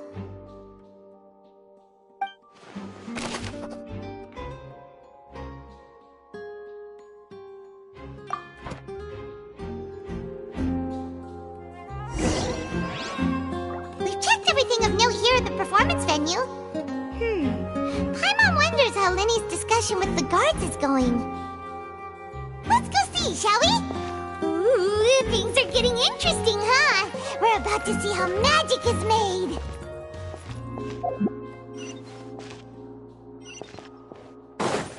Yeah! Skyward! Scatter! Understood. Then I will be going with you. Just so you're aware, I will be monitoring your actions and making notes as necessary. Very good. Thanks for being so agreeable. I'd pull a rose out of my hat as a gift for you if I could. You may spare the pleasantries. I'm just doing my job. You've arrived. Who's this? Me? I'm Spina di Rosula's guardian angel. If you've got a problem, I've got the firepower. Sorry, I got a little carried away there. Call me Navia. I'm a partner of theirs, and will be helping investigate this whole situation. And these are my companions. Would you mind if they join as well? Fine by me. Oh, new helpers? I would be most grateful. Well, let's just say we're tagging along. It's not every day you get to see the secrets behind magic performed on such a large scale. I appreciate your kind interest. Come with me. We'll be heading below stage.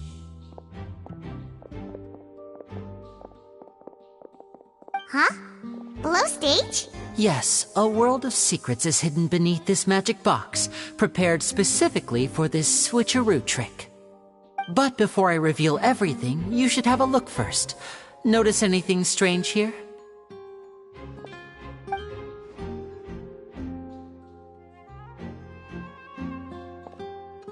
I'm not trying to be dramatic. Remembering the details of a trick will help you understand the methods used to perform it more easily.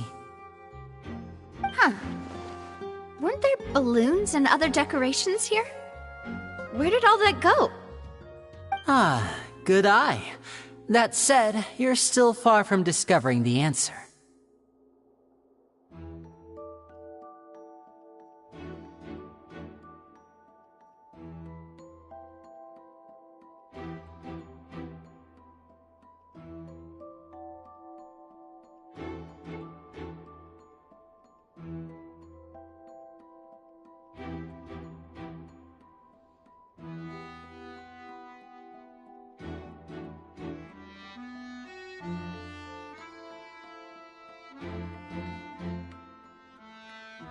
The back?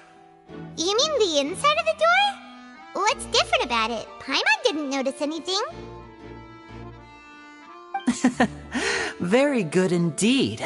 I thought you might not be able to catch that, given that you were sitting in the first row. The back of this door was patterned. Those patterns are now gone, replaced by a smooth wooden board. So, if you put 2 and 2 together, what do you get?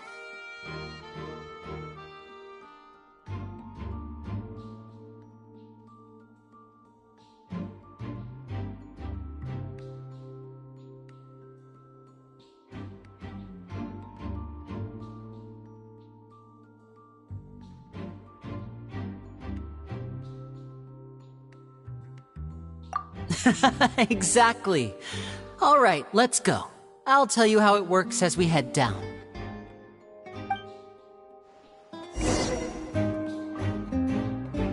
Oh, so there was a passageway under the magic box!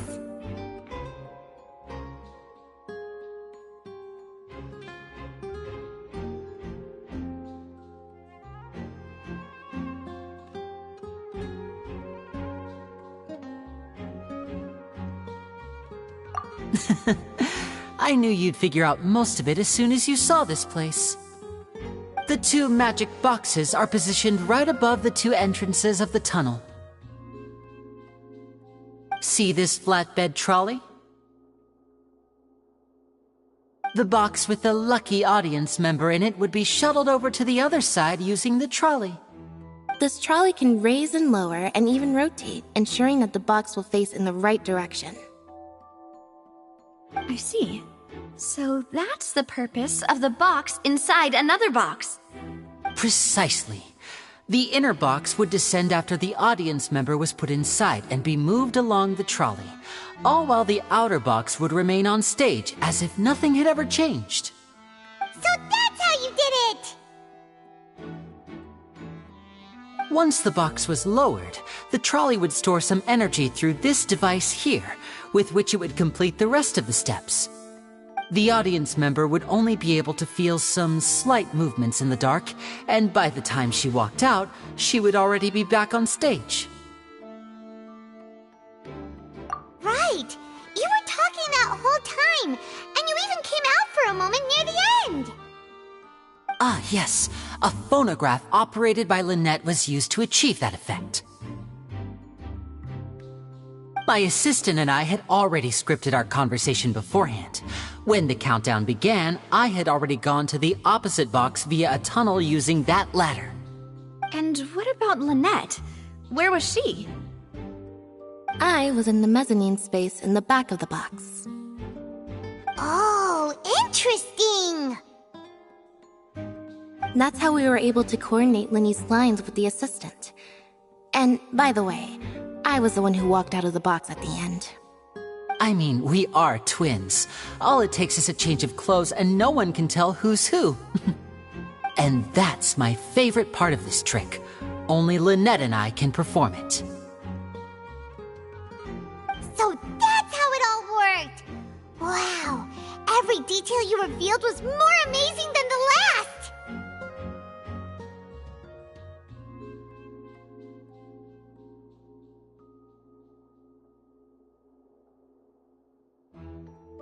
Lynette would briefly walk out of the box and then go back in, jumping into the tunnel and escaping before the box on the trolley could finish ascending. And then I walk out of the other box in the audience area, and the trick would be complete. The operative word here being would. But as you saw, Cal was in the box, not our audience member. She, on the other hand, mysteriously vanished. We really don't know how that happened. If not for that interlude, this would have been an astonishing trick. I probably never would have figured out how you pulled it off. And yet, to think that someone was able to use this magic trick to commit a crime. Could we have a look around? I think we can come up with some more leads. This is the scene of the crime, so Linny and Lynette are not permitted to stay here. I'll escort them back up. Yes, of course. No need to be so strict now. I won't disappear into thin air, you know. Thanks, everyone. We're counting on you.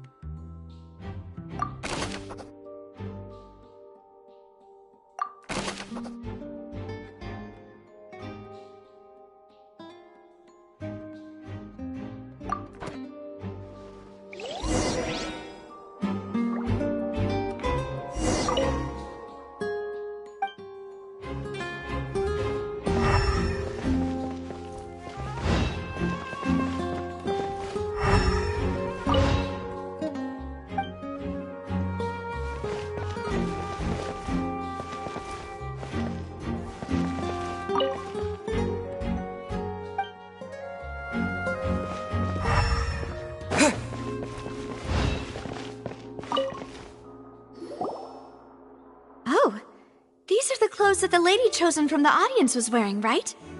Her clothes are here, but she's nowhere to be found. Right. And do you really need to do that if you're kidnapping them? Ugh, this is so confusing. Paimon doesn't want to be a detective anymore.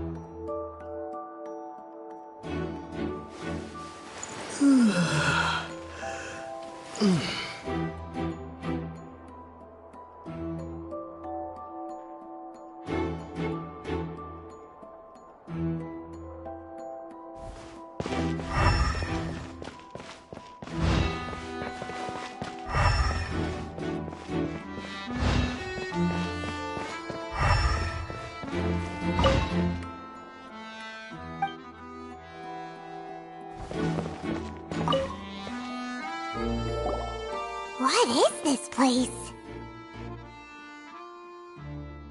It seems someone could fit through here. Huh. Could this have been the suspect's escape route? Alone, perhaps. But if they had to pull another person with them, the space would be too narrow. But there are no other ways in or out of here.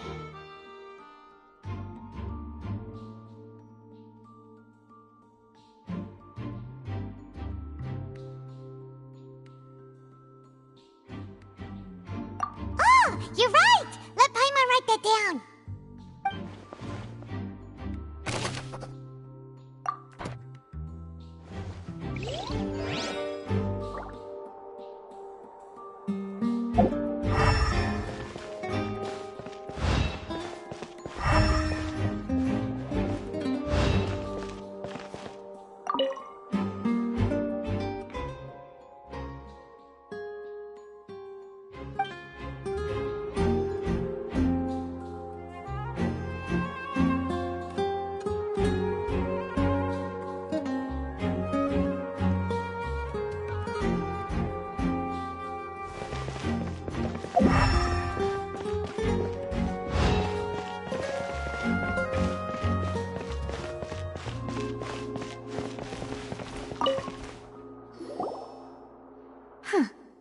What's this? Looks like a hook tied to the end of a rope. Huh? There's all kinds of odds and ends here. Perhaps it was a prop for a different trick. But why would it have been left here? Whatever it is, let's make a note of it first.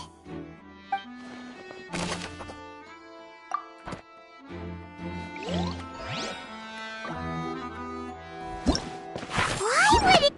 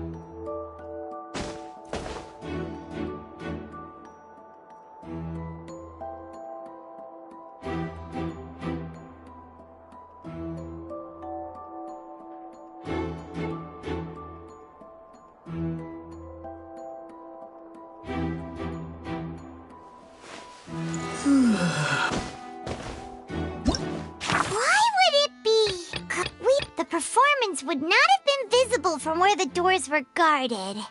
If Paimon were on duty, she would have snuck back into the audience seating. Well, there was no chance Paimon could have seen that the box had 2 layers. And that's why only the 2 of them can perform this trick.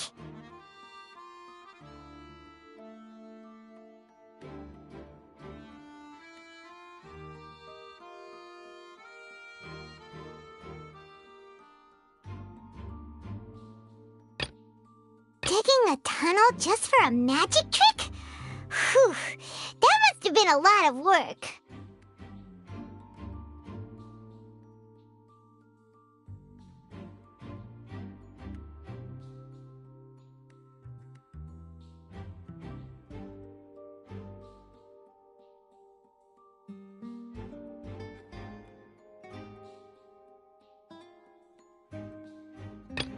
That size wouldn't have been a problem for Paimon.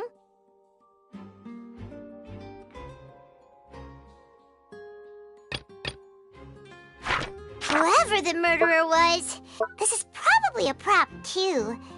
Oh, looks like it could hook onto a lot of things. Like the Traveler's fishing rod! Paimon doesn't get this at all. You think about it for a bit, Traveler.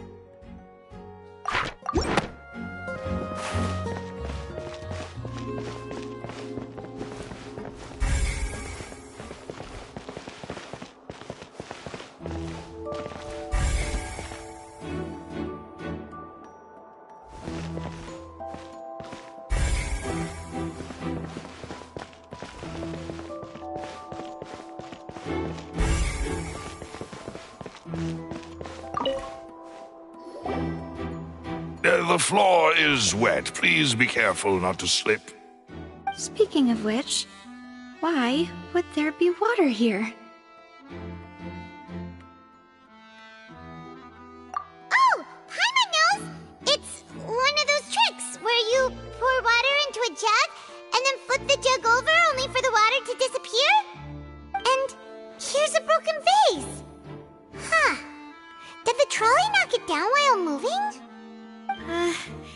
That can't be.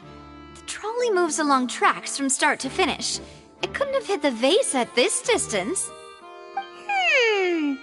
Let's note this down too and think about it later.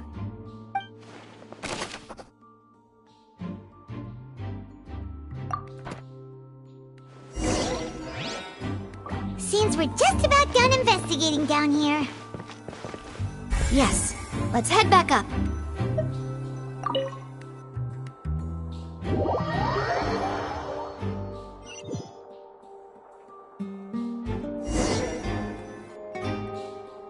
Well, we've ascertained the state of the crime scene. Let's find a place to sort out our findings once Apologies for the wait, demoiselle. So, what did the guards say? Did the criminal escape through the vent? They believe the odds of that are very low, since the vent leads to the Opera House's basement. The guards have checked the area carefully. No one left through the basement during the performance or after the incident, and no one was found hiding there. So the tunnels become like a secret chamber then! You know, like the kind you usually see in novels!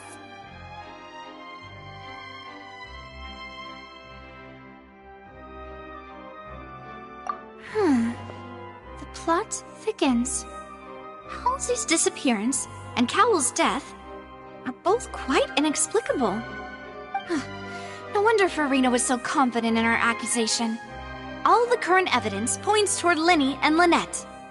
In other words, the charges are very likely to be upheld unless we make some considerable progress. Charges and then trial.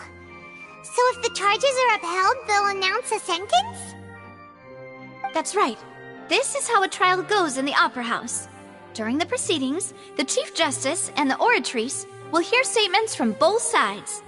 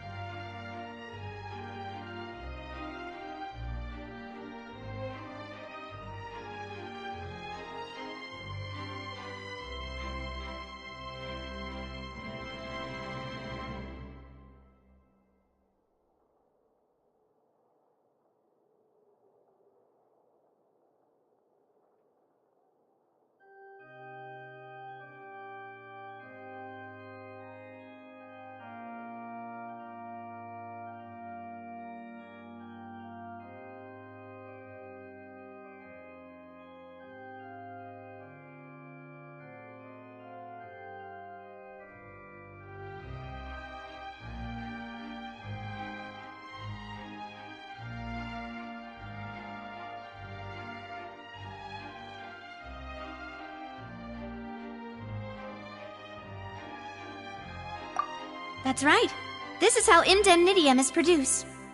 The statements from both sides, the defenses from attorneys, witness testimonies, and even the audience's emotions will all be projected on the oratrice. To put it simply, it's as if the oratrice has its own will, and is a judge in its own right. This also precludes any kind of favoritism on the part of the Chief Justice. And not that this has ever happened anyway.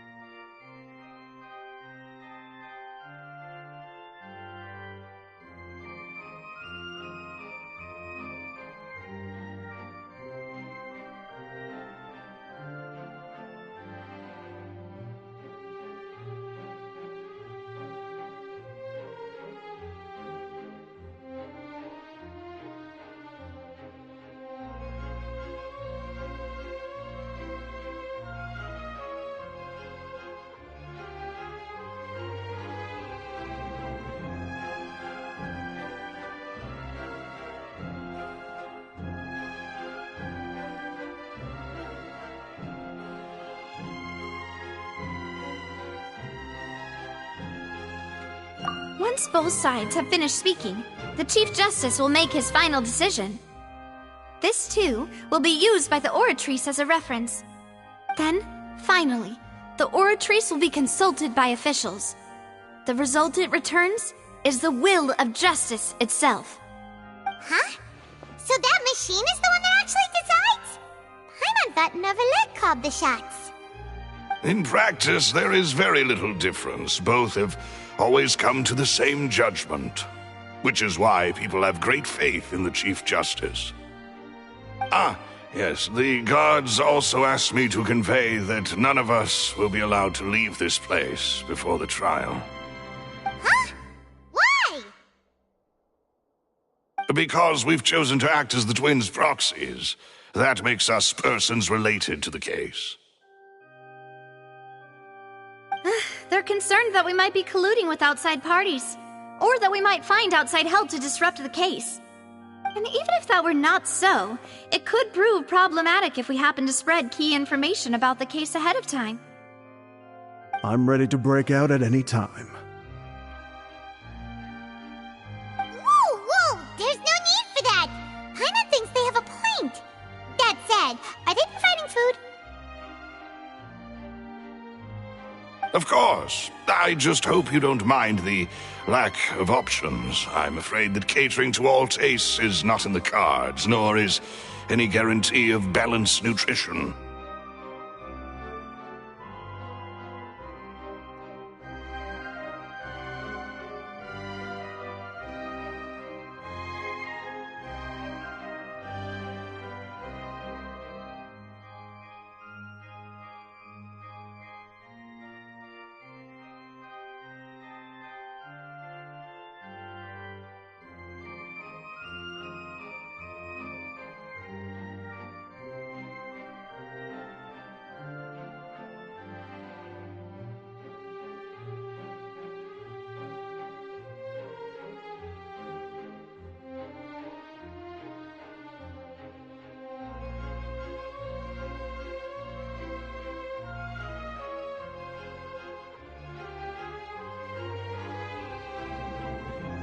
In that case, let's just sort out our findings together here. Pity. I was hoping to take you to try some of Fontaine's famous desserts, too. I mean, what better way to properly think through our findings than over some tea and sweets? Huh. Breaking out suddenly doesn't seem like such a bad idea after all.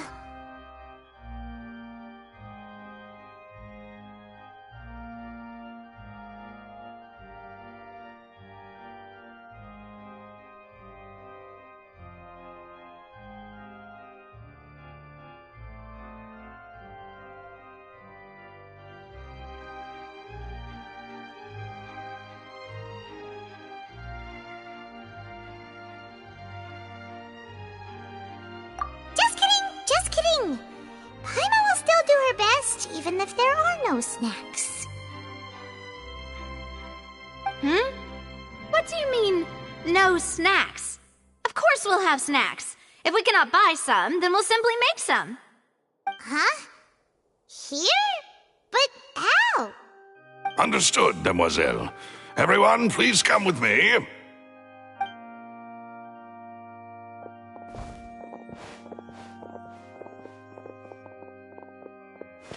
Wait, you're carrying a portable stove with you? Yes, I must be prepared to meet the demoiselle's baking needs whenever the fancy strikes her. I have eggs, sugar, and almonds at the ready. Good work, you two. Then I'll get to it. Please sit tight for a moment. You'll get to taste my awesome snacks soon enough. These three are quite the interesting group.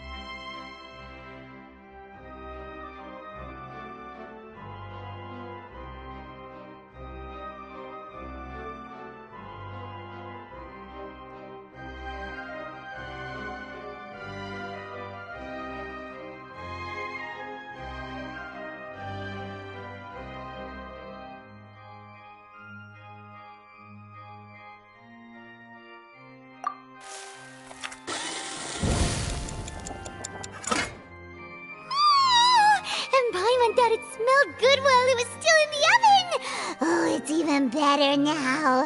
Paimon can't stop drooling. From the way you had these two guys carrying all that stuff around, Paimon thought you'd have them do more during the baking process. But you ended up doing the entire thing by yourself. Beating the egg whites, grinding almonds, everything. I was applauding. And I was giving encouraging smiles.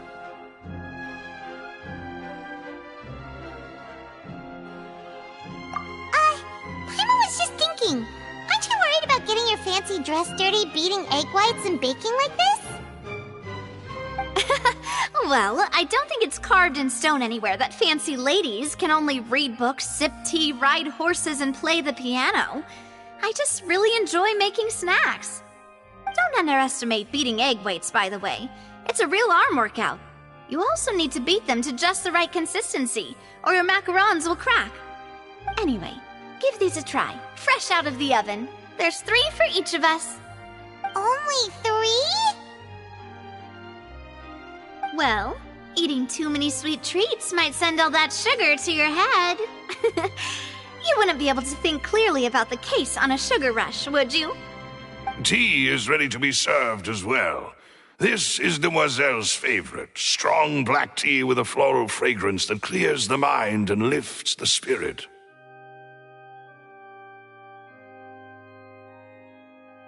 No need for concern. I'm merely doing as I should.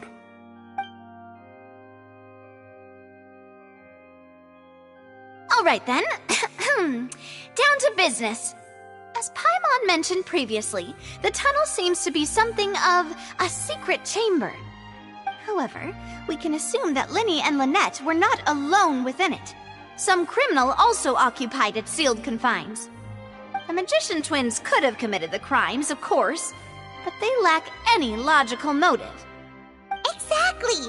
Why would they do such a thing right when everyone was watching? The flower vase and the thud we heard during the performance could indicate some altercation between Halsey and the criminal in the tunnel, resulting in the shattering of the vase, the discarding of her clothes, and her abduction. Perhaps the criminal thought that since she was chosen from the crowd, she would be too easy to identify if she was still wearing the same clothes. Paimon thinks that makes sense, but the real trouble is...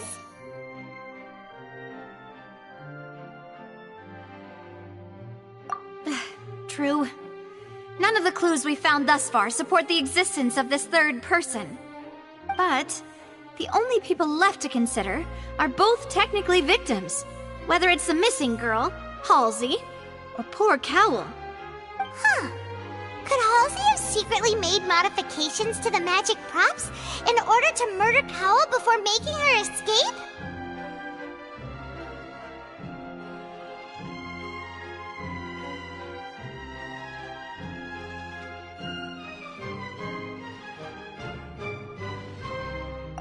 That's right. And even if she had tampered with the setup, she would need to understand the entire trick to pull it off. Nor does she have any motive. The guards said that she has never had any dealings with the Magic Troop's members. Were we not thorough enough in our search? From the sound of things, this is turning into an impossible case. Your macarons are amazing though, Navia. They smell great! They're nice and crisp and super sweet! They are my specialty after all. And I see you've already had 5 of them. What? 5? Oh, that can't be right! Paimon only counted 3, honest! Please don't worry about it. At my age, a few less sweets might actually be a good thing. No! Being greedy is one thing, but Paimon knows how to count. Besides, Paimon knows that if she ate too many, then others wouldn't have enough. Wait, even you don't believe Paimon? How could you? If Paimon ate those 2 extra macarons, then may they turn into stone in her stomach! All right, we get it. Well, I suppose one of us might have gotten too engrossed in our chat and eaten them by mistake. No big deal. Maloose, set up the stove again if you would. Huh? What are you doing? Making sure everyone gets 3 macarons, of course. Exactly. We don't want to trouble you. As you wish, demoiselle. And I have the egg, sugar, and almonds. Well, this really is your hobby, huh?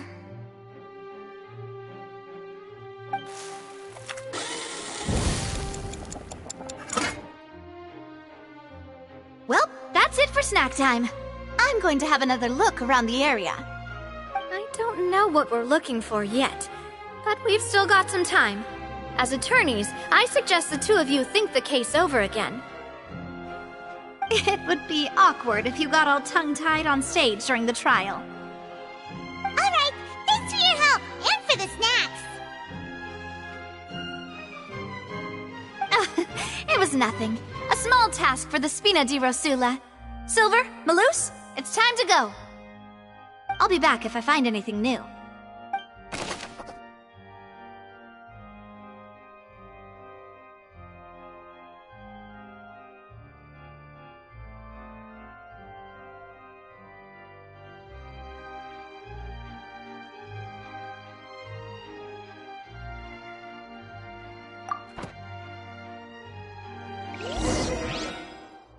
Alright, it's time to put our heads together. We've got to get our defense ready for the trial. Oh, it's probably gonna be a long and difficult case. There's no point in worrying about that now. We just need to prepare. Here, take Pylon's notes. They should help you review the situation.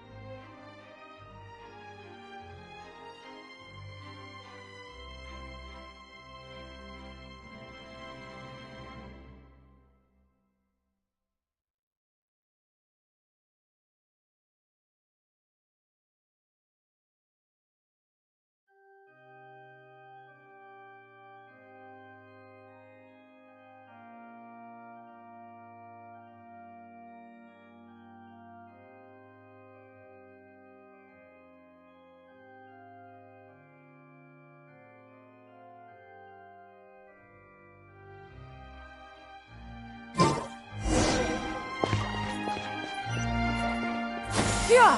Skyward! Scatter!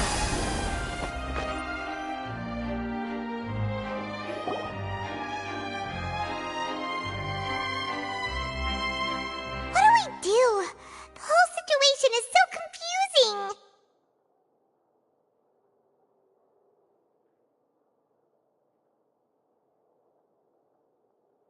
Good plan. Impossible things don't just happen. We'll get to the truth one way or another. Just relax. Even if everyone else suspects Lenny and Lynette, at least we will be supporting them from the stands. Besides, I doubt Farina understands any more about what happened than we do. Thanks, Navia. Well, we'll be going then. Best of luck to you.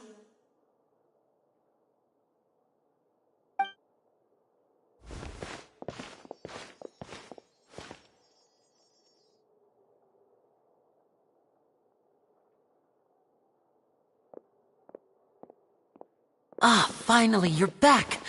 Well, how did your investigation go? To be honest, you might be disappointed. No. We're already very grateful that you were willing to help. Well now, don't you all look disappointed. Don't tell me that your investigation came up empty-handed. That was to be expected, of course. The guilty can never produce proof of their innocence. But don't let that stop you. I shall be terribly disappointed should you, my most anticipated foe, concede so easily. Since both parties are present, I declare that the trial regarding the magic show incident is now in session. Firstly, in order for the audience to understand the causes and results of the incident, could we please have Mr. Linney explain the trick? Yes, of course. I will explain while Lynette demonstrates on stage.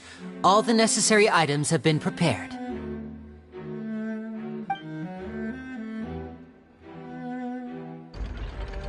Thank you, Mr. Linney. In that case, I take your statement to be that you ran to and remained hidden within the magic box in the audience stands once the trick began, and thus could not have committed the crime. Is this correct? Yes, that's correct, Your Honor. In that case, I call upon the prosecution. Lady Farina, do you wish to refute his statement in any way? Why, of course I do. Allow me to take the first shot and break this case wide open. Mr. Linney is clearly lying. There is no way you could have been in the box the whole time if you were to abduct Halsey and murder Cowell. In fact, I'd say you were hardly in that tunnel at all. That is simply your hypothesis based on the presumption that I'm guilty. Oh, is that so? And if I may ask, what did you hear while you were inside your box? The roaring countdown of the crowd, of course. That's how I kept track of the time and built anticipation for the finale. And you didn't hear anything else at all? Nothing that might leave an impression of any kind? No, nothing. I see. But when the count reached 30 seconds or so, there was a thud. One so loud that I believe practically everyone heard it. Huh? Hey, hang on. Something's not right here.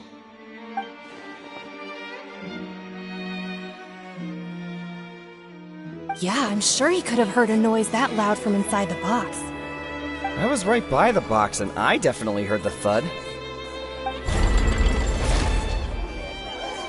Look at those scales. Could those mean... Well then, ladies and gentlemen, allow me to use the words of the magician himself. You never know what can happen in the blink of an eye. Indeed, it seems his alibi can also collapse in the blink of an eye. Of course, I have armed myself to do far more than smash your alibi. Confidence cannot go unfounded, and my foundations are rock solid. Tell me, Aren't you and Lynette actually from the House of the Hearth? The House of the Hearth?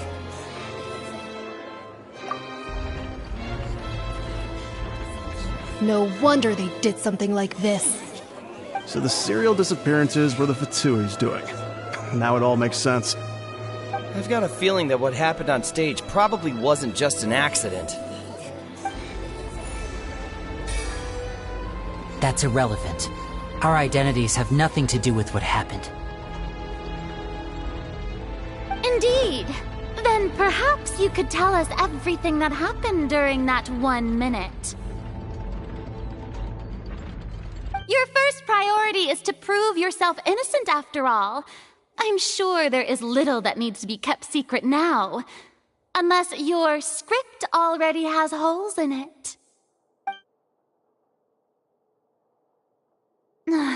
The Outlander is speechless. My, oh my, don't they look flabbergasted? Now comes the infighting and discord, I suppose. This was almost too easy. Good thing I made all those preparations. Seems the all-nighter I pulled last night is really paying off. Hey, Linny! Why didn't you tell us this before? Order! Order! Mr. Linney, allow me to re-establish the facts. Lady Farina has raised 2 points. First, when the thud was heard in the Opera House, you were neither in the box nor the tunnel. Second, you and Ms. Lynette are both members of the House of the Hearth. Are these claims true?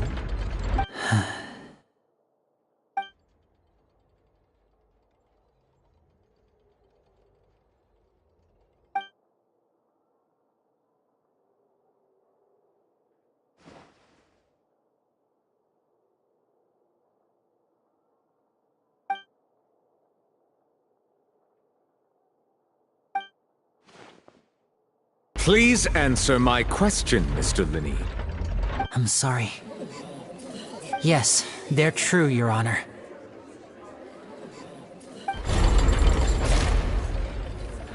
I knew it! Well, that's it. We might as well move on to the sentencing already. What should we do now? Granted. In that case, what is your request? Is that really necessary? They're already as good as guilty. The defendant deceived their own attorneys. What is there left to discuss? Order! Order, I say! Your request is reasonable, and we shall adjourn. This trial will reconvene in 1 hour. So you would stick to Mr. Linney's defense even after knowing what you do now? You certainly have more professionalism than I thought. In that case, my dear audience, let's allow the joy of victory to steep for a little while longer.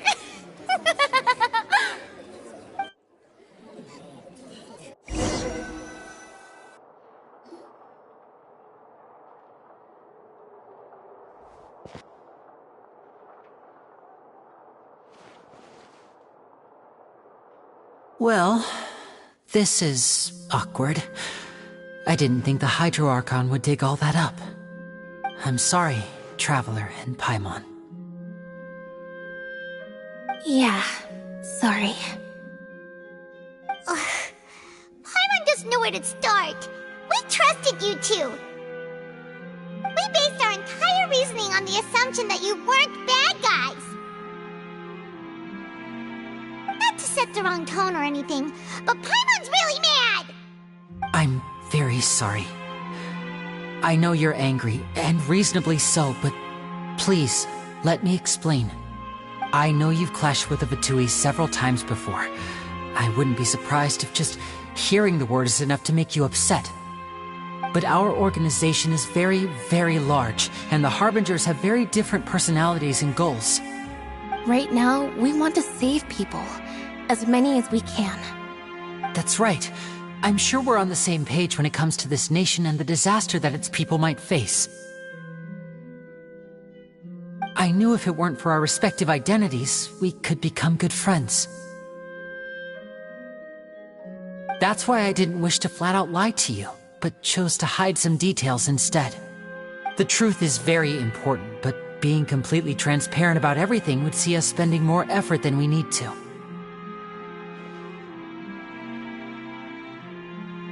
Right. So, you be the judge. Heck, if I were you, I fear that I'd even struggle to trust me at this point. You met a Fatus who works as a magician, a trickster by trade. All by coincidence, too. But still, I'm asking you to trust me. I am no criminal. At least, not in this case. Sorry. Please forgive us. Well, you both say that, but...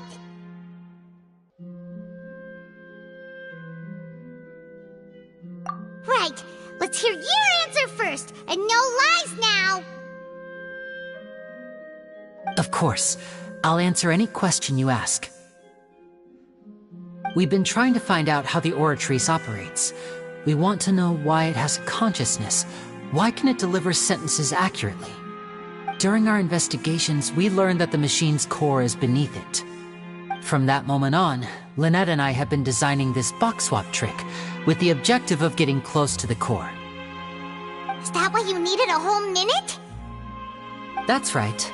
In truth, the audience would take about 75 seconds to count down from 60, while I would only need 15 to get to the opposite box.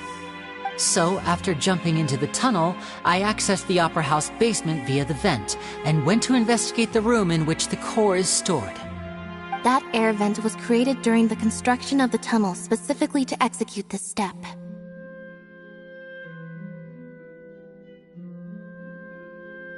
Well, nothing. As soon as I reached that room and was about to investigate, I heard someone's voice. Which should have been impossible, of course.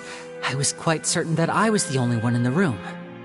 That voice seemed to recognize me and tried to speak to me. I chose to err on the side of caution and retreated the way I came.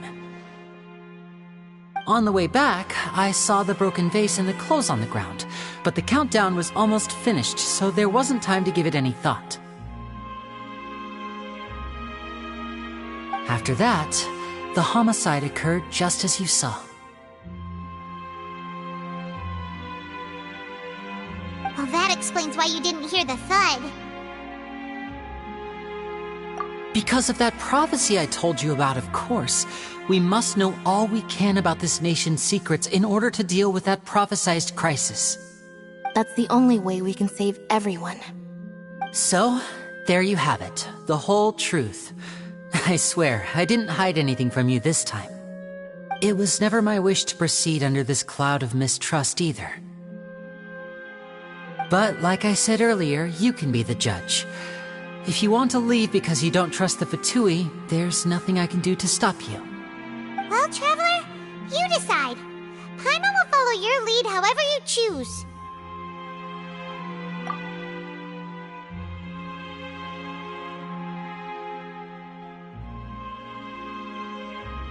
Okay, thank you. Thanks for giving us a chance. The current problem is that the scales are tipped pretty badly against you two. If we want to refute the Hydro Archon's accusations, we're gonna need a seriously watertight defense. Huh? Oh, Paimon thinks she gets what you mean.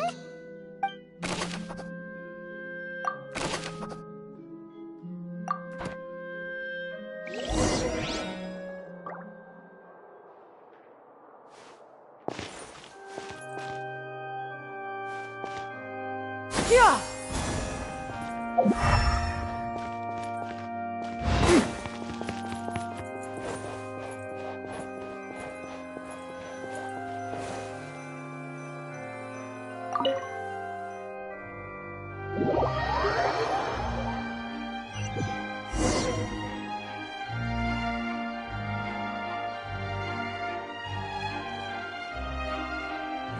Both parties have returned to their positions.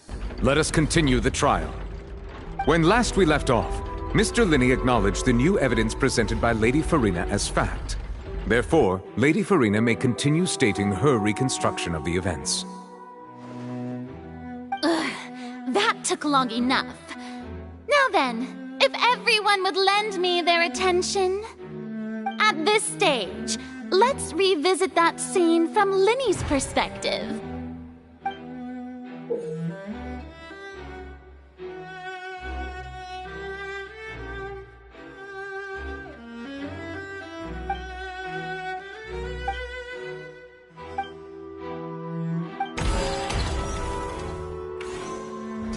As the countdown began, he entered the tunnel.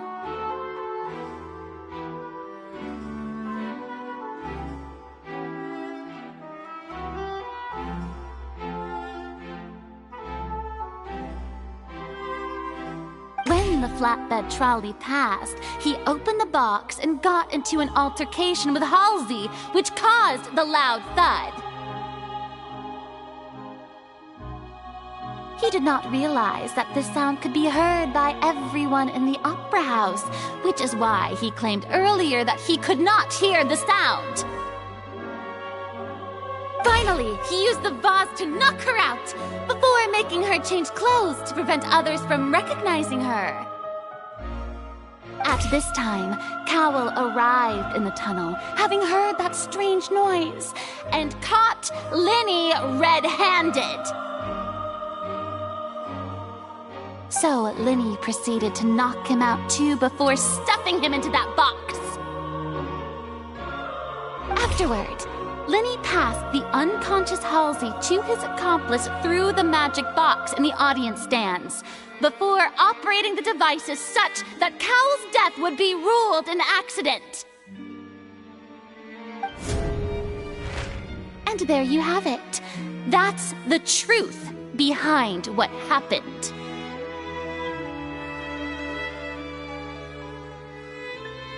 Does the defendant's side have any objections to Lady Farina's description of the events? The key to refuting Lady Farina is the order of events, what Linney experienced, and what he saw.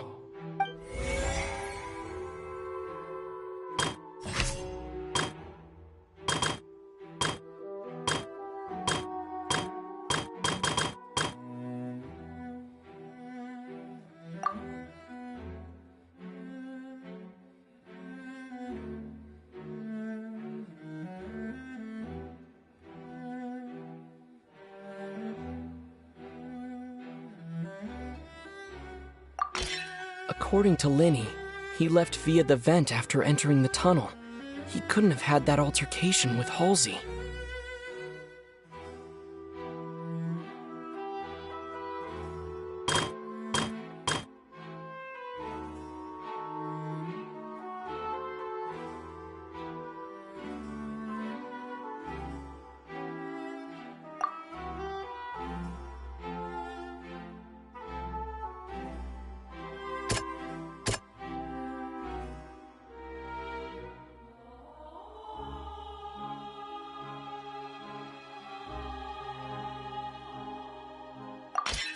Linney went to the room that contains the Oratrice's core. This is the actual truth.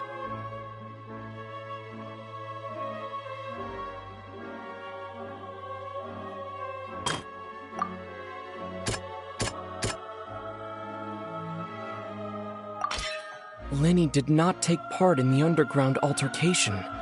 He only witnessed traces of the aftermath. Attention!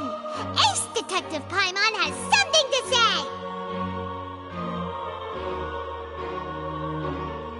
When the countdown started, Linney did indeed go into the tunnel.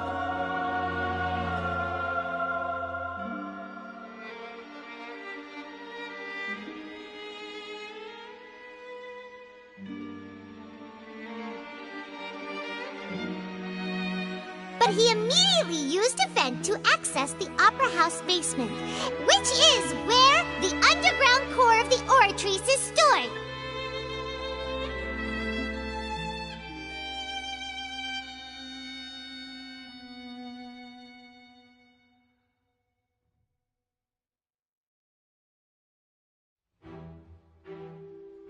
he reached that area, he heard a voice in what should have been an empty room. Since he felt something was amiss, he returned immediately. The crime scene had already developed by the time he reached the tunnel again, and in order to complete the magic trick, he did not remain there for any length of time. Finally, he reached the surface, and that was when the accident happened from his point of view. Therefore, he's innocent!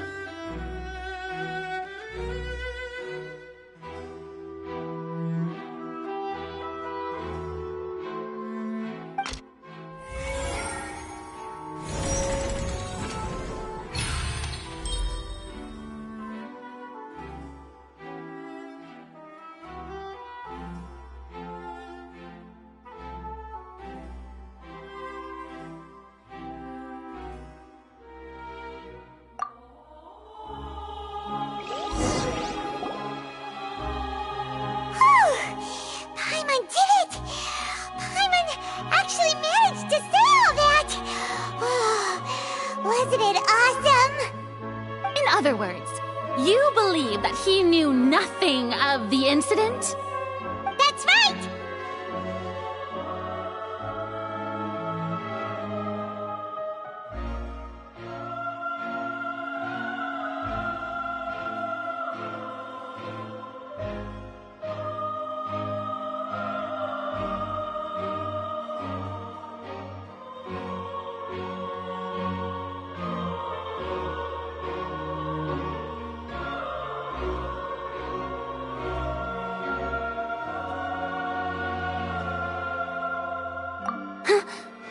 My reasoning?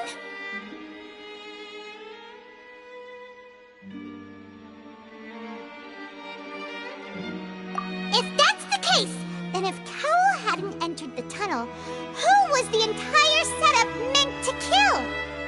Assuming that what you say is true, Lenny only needed to kidnap the young girl to cause a new disappearance case. What would the point of killing someone on stage be? Oh, they have a point. That's right, you tell them! And that's why they're partners of mine. They've managed to turn things around. Oh, well, your denial is very strident, I'll give you that. But what proof do you have to back your claims? Of course I do. If he had been in the magic box the whole time, how could he have not heard that sound? Why do you ask? You're saying that he wasn't?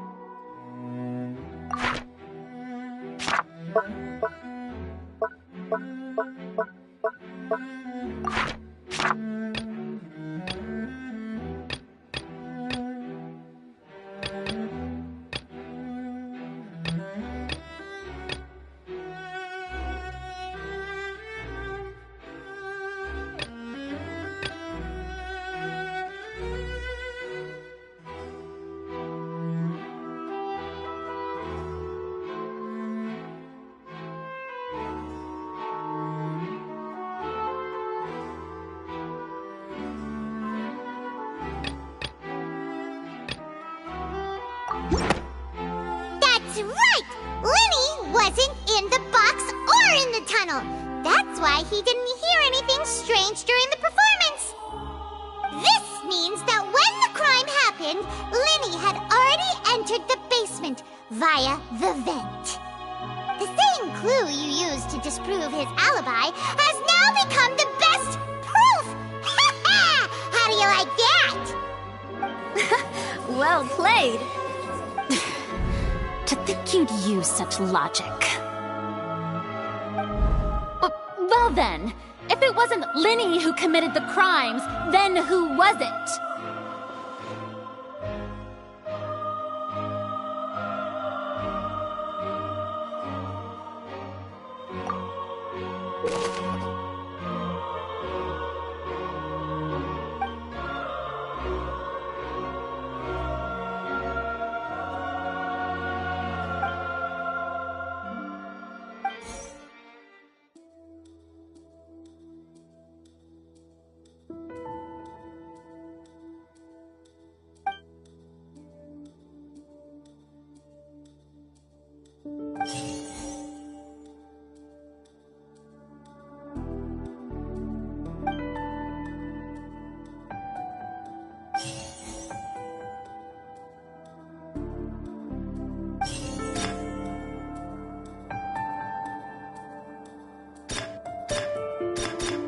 The deceased's name is Cowell, Lenny's assistant. He would have been able to tamper with the equipment.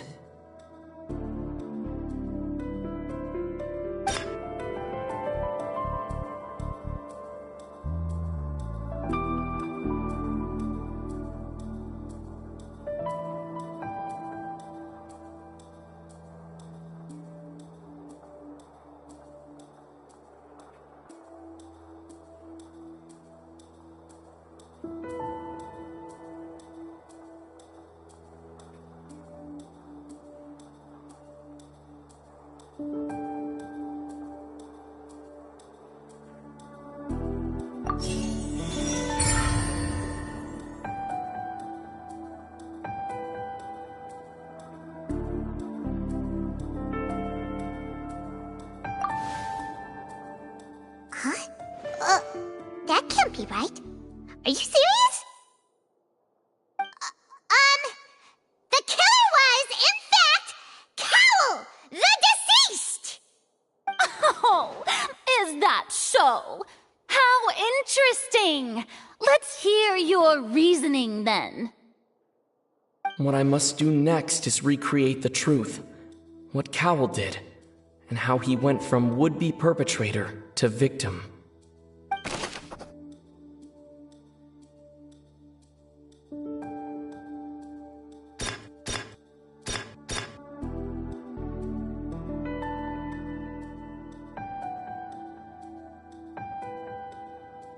Lenny was not in the tunnel at that moment, which gave our criminal ample time.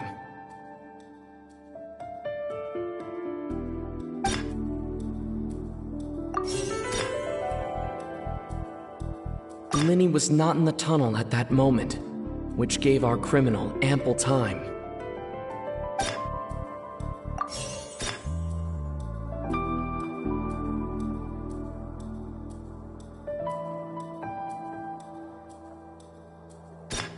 Lenny was not in the tunnel at that moment, which gave our criminal ample time. Lenny was not in the tunnel.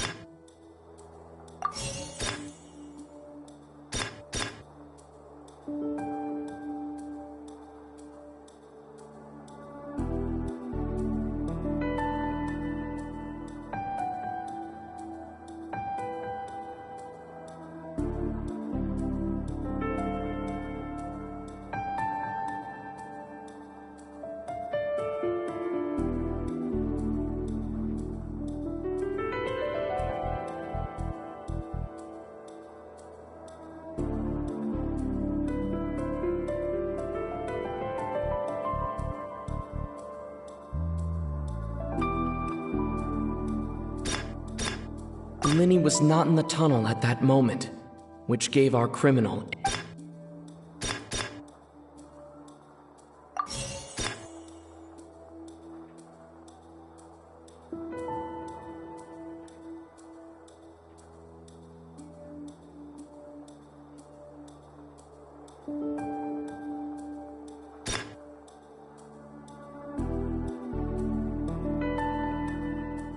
The sound we heard may have come from a clash between the missing Halsey and the criminal.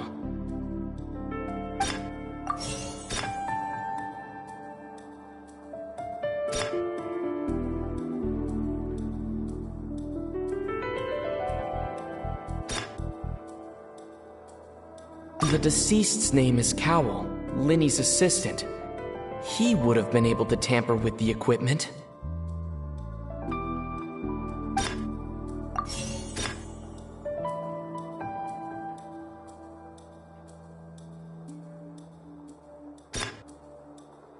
Halsey's clothing was in the tunnel, so there must have been some fear that she would attract attention.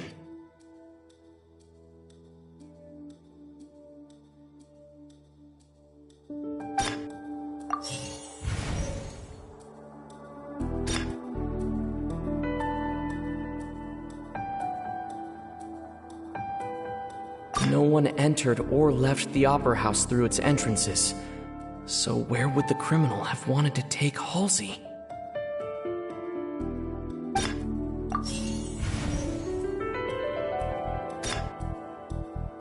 It would have been tough for both people to fit into that vent. They would likely have bumped into Linny as well.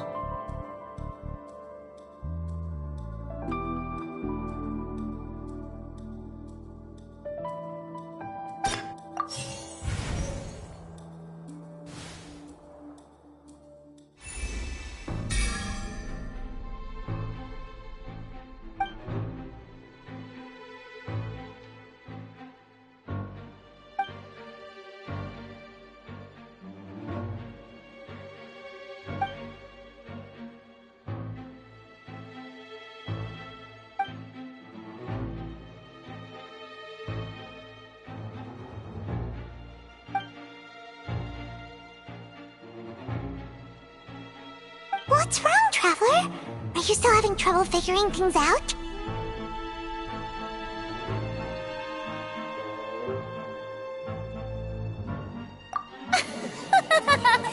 I see how it is. So this was all just a bluff. And here I thought you had something to show for it. But it seems you're still far from the truth. Look, since we're at a dead end, why not consider a different track? Just like the trick as it transpired, the end result must have been utterly different from the magician's initial design. If only we knew how Halsey disappeared. Well, that would be nice, but the tunnel only has 3 exits, and none of them seem very likely. And it's not like this is a magic trick where you can just make a real live person disappear.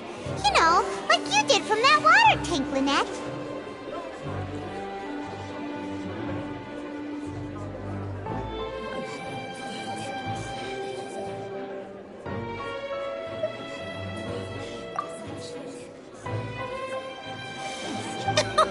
Excuse my interruption, dear opponents, but do you not see that the crowd is growing impatient? There is no greater sin in this opera house than an awkward delay in the performance.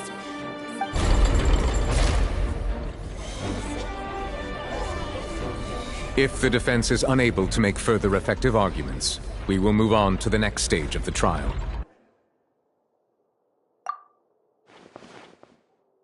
Linny was not in the tunnel at that moment, which gave our criminal ample time.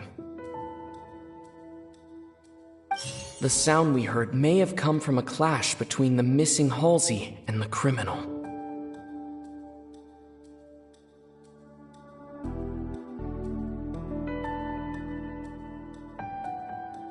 The deceased's name is Cowell, Linny's assistant. He would have been able to tamper with the equipment.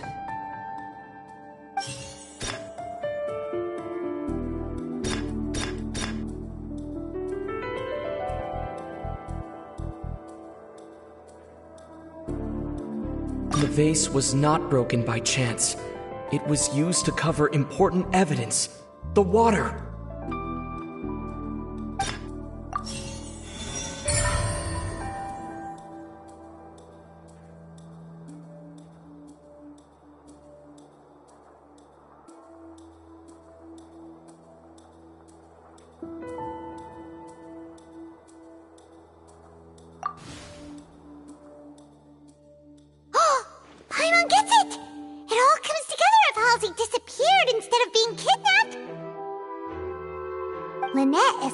from the water tank, vanishing gradually and leaving only clothes behind. If there's a similar method where a person could be transformed into water... Oh, just a moment, please. I do hope you know how preposterous you sound at the moment. How could a person ever be transformed into water? This is reality we're talking about here, not some magic trick. Must we really? I should think that of anyone. Your friend Linny already knows this truth very well. Magic tricks are ultimately just illusions and misdirection. But Halsey's disappearance is very real. We're talking about two completely different things. Even so, I trust the traveler's judgment. The truth must be out there somewhere. Perhaps some new line of reasoning may open if we try to gather all the focal points that don't make sense. Since Cal was the deceased, we haven't placed much attention on him. But given that we aren't making much progress with the case, it wouldn't hurt to have a look at his belongings, would it? People really do come up with all sorts of harebrained schemes when at the end of their rope. The way I see it, your suggestion that we broaden the scope of our investigation is nothing but a tactic for stalling the trial. Nevertheless, I believe that this is a reasonable request on the part of an attorney. Since the trial does indeed appear to be at an impasse, I believe that additional evidence may help us make more progress. Guards, please step into the lounge and examine the personal effects of the deceased, Cowell.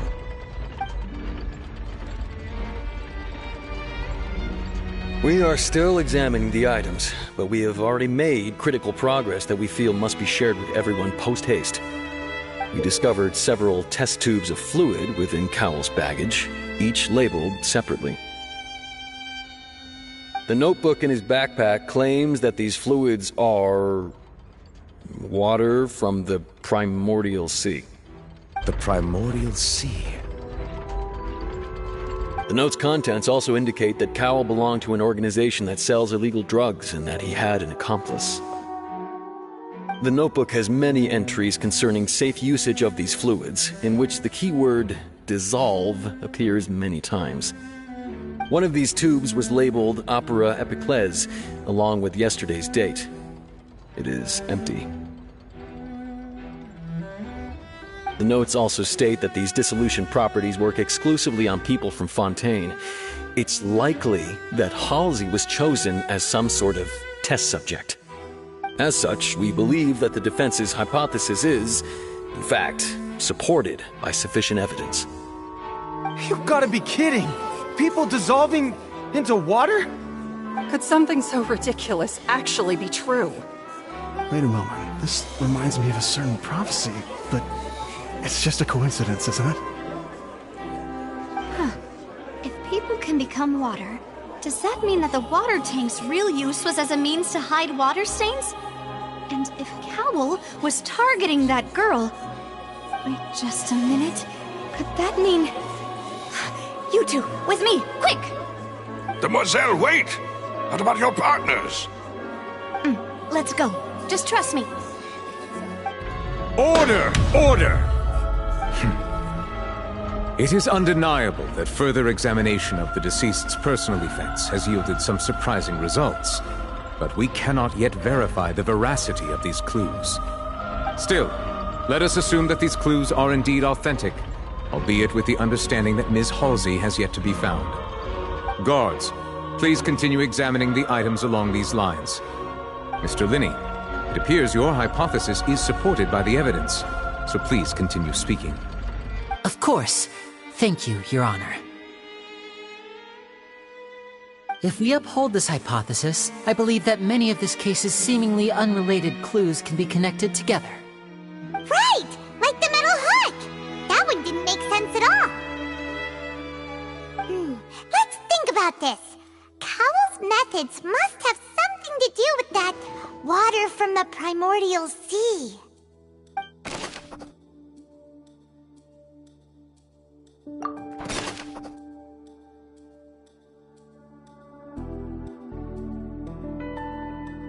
The deceased's name is Cowell, Linny's assistant. He would have been able to tamper with the equipment.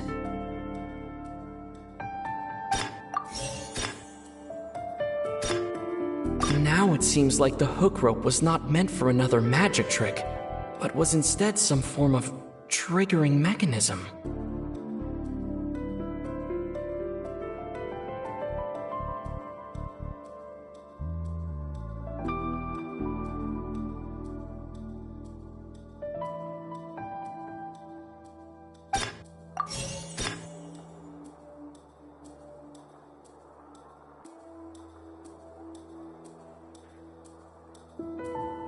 Now it seems like the hook rope was not meant for another magic trick, but was instead some form of triggering mechanism.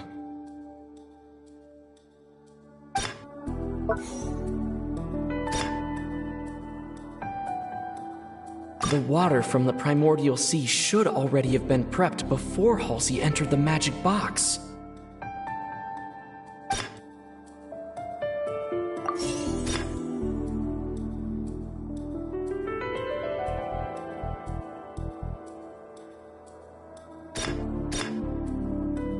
I remember there was something else within the inner layer of that box.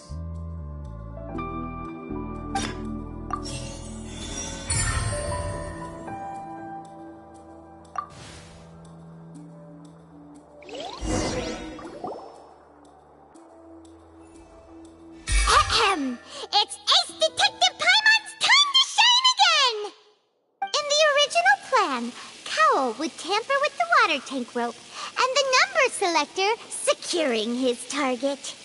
When the magic box containing Halsey was lowered, the metal hook would retract gradually and pierce the balloon at the top of the box.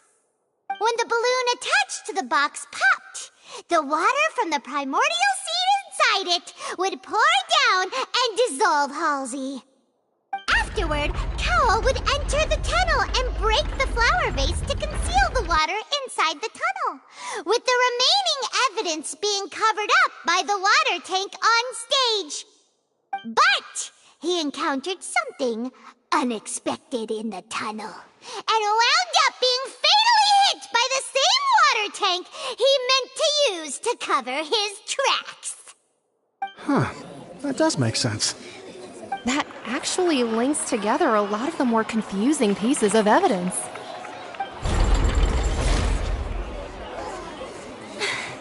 Oh dear, what do I do? Even I think they sound convincing now. Have I falsely accused an innocent person? What a humiliation. Now, it seems like the only point of contention remaining is the exact circumstances that led to Cal's death. His notes mentioned he had an accomplice who could be related to the situation. On that note, the guards have just contacted me indicating that they uncovered new evidence. I shall now invite him on stage to share it with us. Thank you, Your Honor. We were just inspecting the luggage of the other people involved in this case. And we found an identical sample of the water from the primordial sea among Linny's personal effects. What? That can't be. Oh, I see. Well, how wonderfully comedic to have your own counterattack only to come back and wound you. Does this not clear all doubt? My dear citizens, my loyal audience, allow me to present my reasoning and bring this performance to a swift close.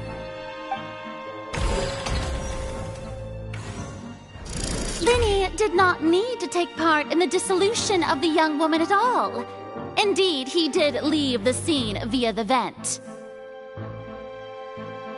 Having made modifications to the props beforehand, his accomplice Cowell then caused Halsey to vanish using the water from the primordial sea. But upon his return, in cruel avarice, Linny desired sole credit and prepared to do away with his partner in crime.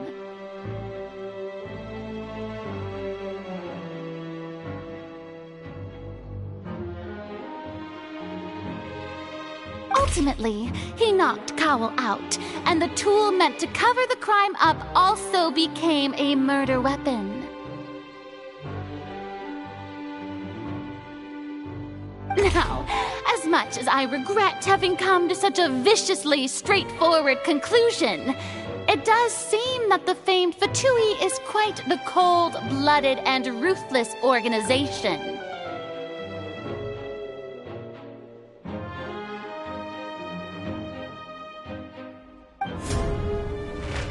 Am I right, Mr. Linny?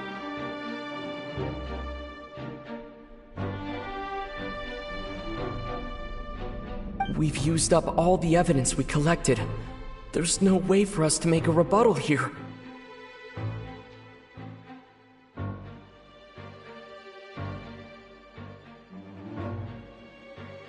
Is this the end of the road?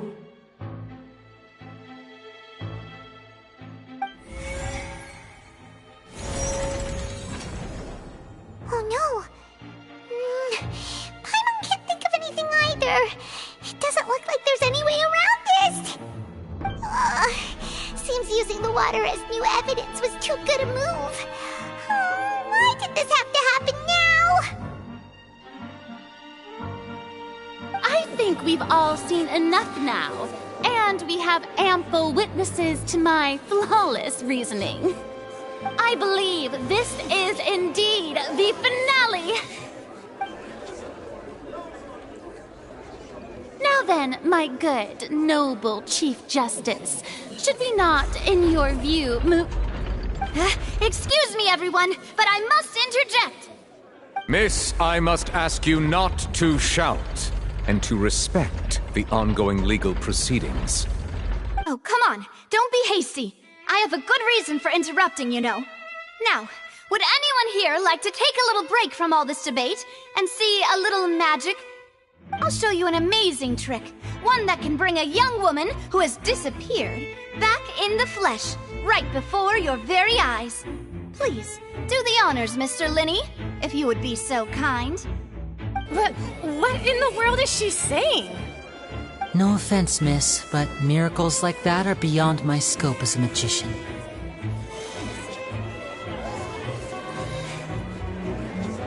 Come on now, don't be silly. Magic is all about misdirection, isn't it?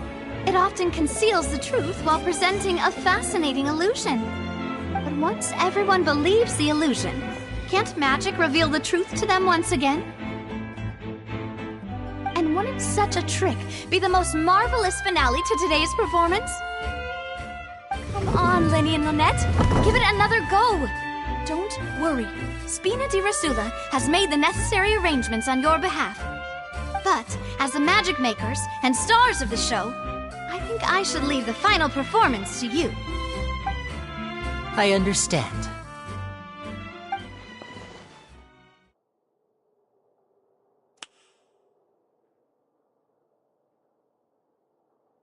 And voila!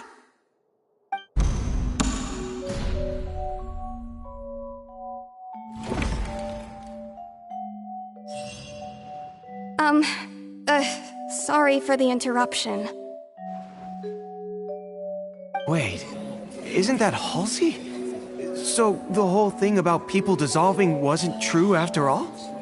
To be clear, I'm only here because this person told me that if I testified, the merit of doing so would lessen my sentence. I was hiding outside this room listening to the proceedings because I was afraid that I would be the one put on trial. I was just feeling happy that no one had noticed me, and then before I knew it, she caught me. That'll teach you to underestimate us three. Where should I begin? I'm sorry. I'm the one who killed Cowell. I admit it.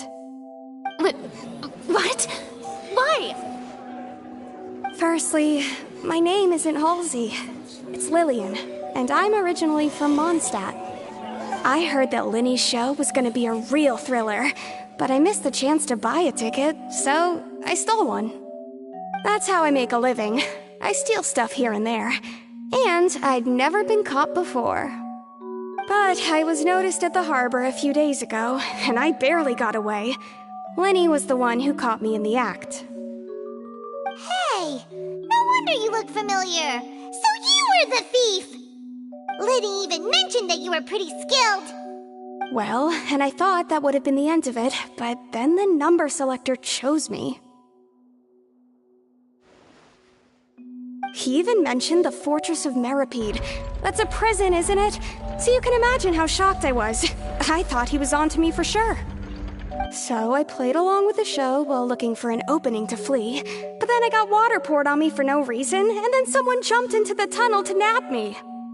I wasn't going to take that lying down, so I knocked him out and stuffed him into the box. There was nowhere to run from there, though, so I had to change my clothes and hide in a box containing performance costumes. I slipped out after the first guard arrived at the scene and continued hiding inside the opera house. Can a person even hide in there?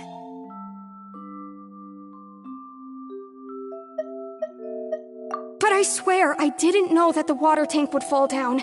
Really, I swear it. Had I known that, I wouldn't have put him in the magic box. I may be a thief, but I'm no killer.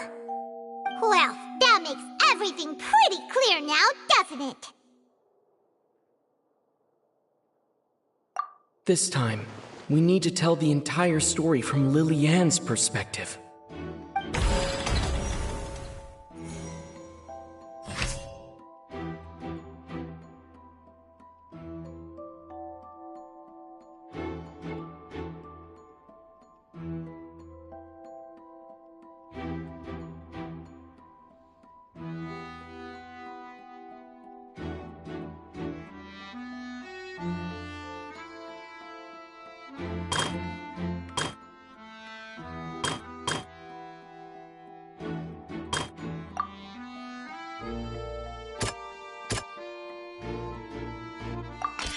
The strange sound wasn't from a fight. It was Lily-Ann's attempt to break out when she was frightened.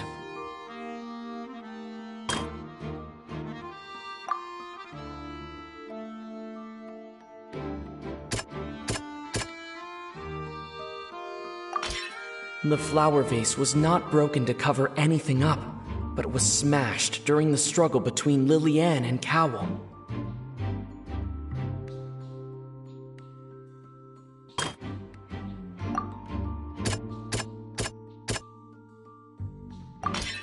Lily-Ann was afraid that she would be recognized if she left, so she changed clothes and hid, biding her time. Just what one might expect of an experienced thief.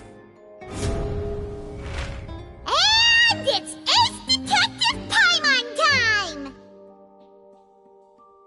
Having been selected out of the blue, Lily-Ann panicked. Her panic only intensified after she entered the tunnel and had water poured on her head. So she kicked the door open, producing the thud we all heard. Hearing the commotion, Cowell leapt into the tunnel, only to discover that Lily-Ann had not dissolved. He did not know that Lily-Ann was not from Fontaine, but was a thief who made her way in by stealing a ticket. Mistakenly believing that the water from the primordial sea needed time to take effect, he tried to force Lily-Ann back into the box.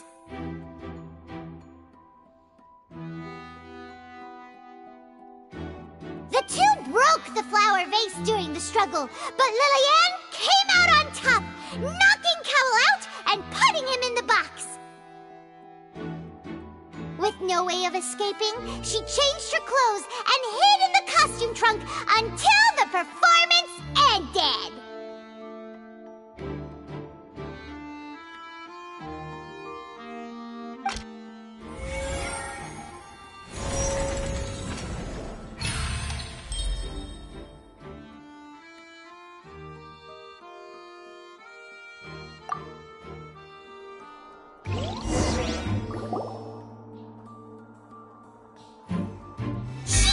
That she would have to go through guard inspection if she tried to leave afterward. So, she has been trapped in the opera house these last 2 days. always! She had already become desperately hungry by the time we were chatting over macarons. So, she swiped 2 of them right under our noses. Talk about a sneaky thief. At this point, all the events that happened in the tunnel have now come to light! Ah, so that's the whole story. Bravo! Bravo! Now then, Lady Farina, do you wish to speak against the defense's statements? Please answer the question, Lady Farina. Also, if I may add, the trial has not yet ended. As such, I request that the prosecution not leave the room before the proceedings have concluded. What, are you reading my mind now? No, I have no further arguments. I admit defeat. But really, could you at least have left me with some dignity? Wow, look at that! She's like a deflated balloon now!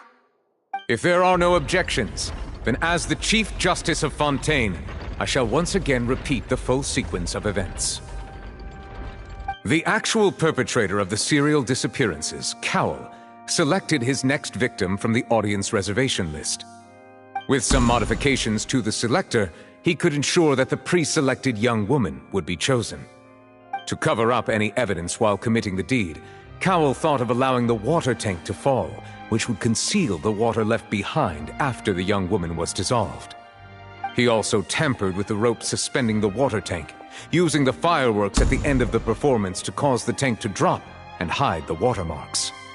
He poured the water from the primordial sea into a balloon during the preparation of the magic box and stuck it to the box's lid.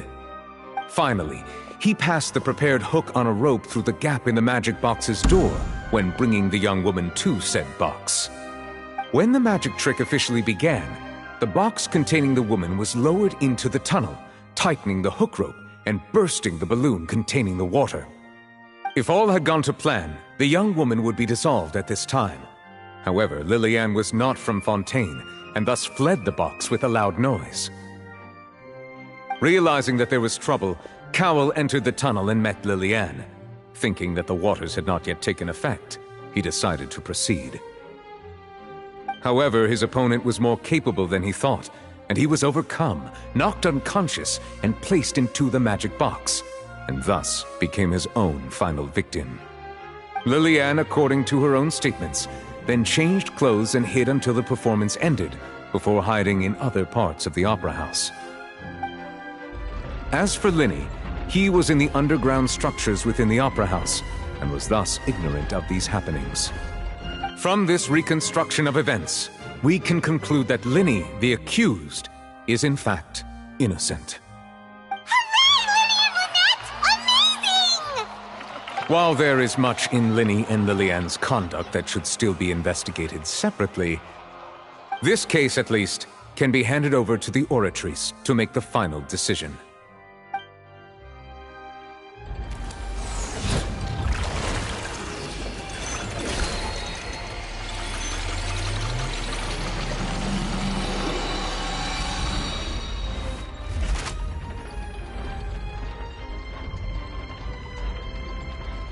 As such, Linny and Lynette are officially declared not guilty.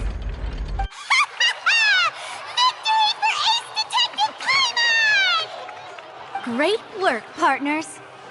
Thank you all. Thank you so much.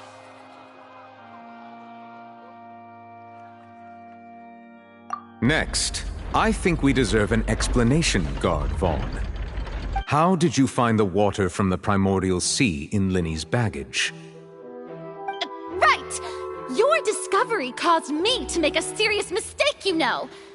Or was that not a discovery, but false evidence that you dared to bring before this court?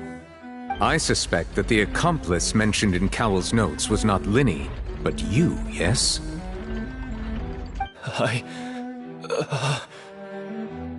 I'm sure you know what you must do to lessen your sentence.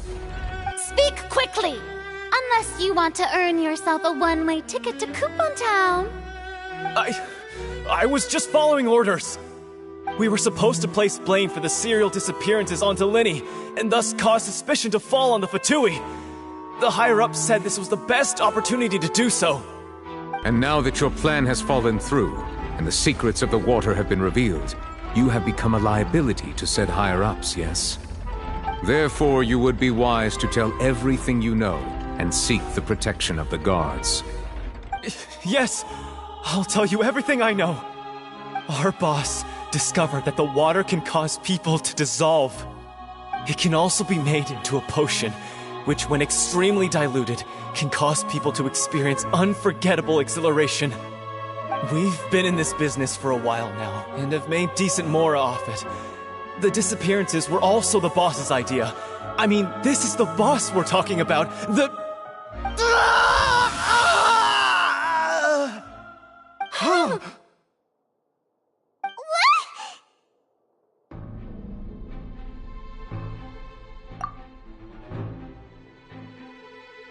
And now he can no longer talk.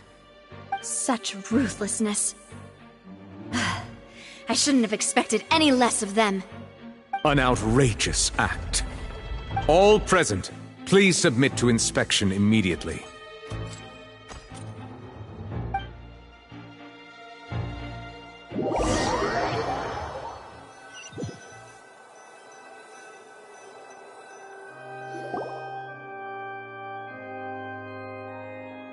So, we're just going back now? That's true, but... Traveler, Paimon! Please wait. Linny... I know you may not want to speak to me right now. Maybe you don't even want to look at me. But still, let me thank you again for defending me to the end, even after you learned that I'm a member of the Fatui.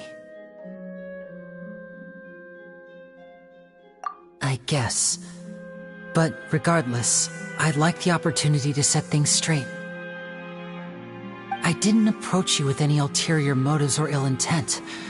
I've spoken to you as myself, just plain Linny this entire time. As for why I'm a Fatus, it's because the goals of the House of the Hearth align with those of an orphan like me. That's all. That was how Father, who you might know as the Knave, approached recruiting us back then too. A knave? The one who controls the House of the Hearth? She's your father? That's right. And since we're here, I was wondering, would you mind hearing a story? It's about my past. Back when our parents first died, Lynette and I were left wandering the streets. To survive, I took to surreptitiously observing an older street performer who did magic. It took me several days to figure out how he pulled off his amazing tricks. I took my sister through several streets until we found a crowded corner, and we began to perform magic tricks there. To my surprise, we proved to be pretty popular, and we could at least stop worrying about where our next meal would come from for a time. But I didn't want my sister to remain a street rat together with me forever. Before long, an aristocrat came to me and claimed that he wished to take us in after watching my performances. So you went from orphans to nobility just like that? That was how we felt at first too. As if fate was on our side and we could say goodbye to those painful days. But I gradually discovered that while we were called foster children, he was really after my talent for magic tricks. He would constantly take me to all sorts of banquets to garner attention, which he would then use to expand his social circles. That doesn't seem too bad either. Better than roaming the streets at any rate. It took a while for me to realize just how dark his heart really was. After one particular performance at a banquet, I discovered that Lynette was not on the same return vehicle as me. I waited a long time after we returned home, but she did not come back. I went to that noble's bedroom and asked him about her whereabouts. The answer he gave me was, she caught the eye of the most eminent person at the banquet, so I sent her over as a gift. I mean, you'll be able to perform your magic regardless of who your assistant is, yes? Oh no. So he was gonna... But wouldn't Fontaine's laws deal with such people?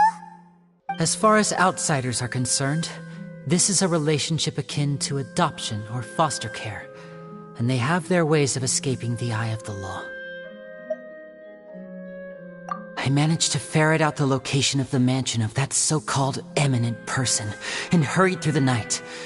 But by the time I leaped over the walls, avoided the guards, and made my way in, all I saw was the moonlit ground covered in blood, and the knave standing there in the darkness. So, she'd already taken care of that guy.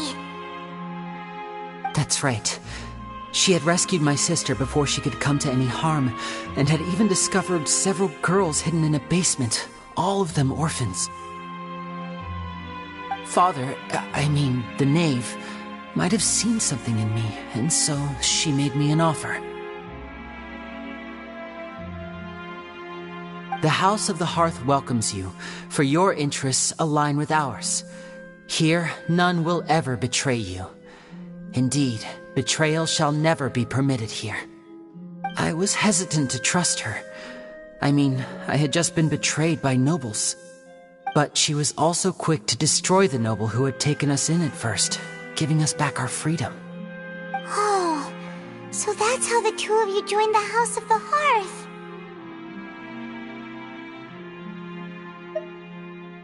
She has her own plans. She has gained permission from the Tsaritsa to first use the Gnosis' power once she obtains it. She plans to use it to find a way to break the prophecy and save Fontaine. So, she believes in that prophecy too? That's right.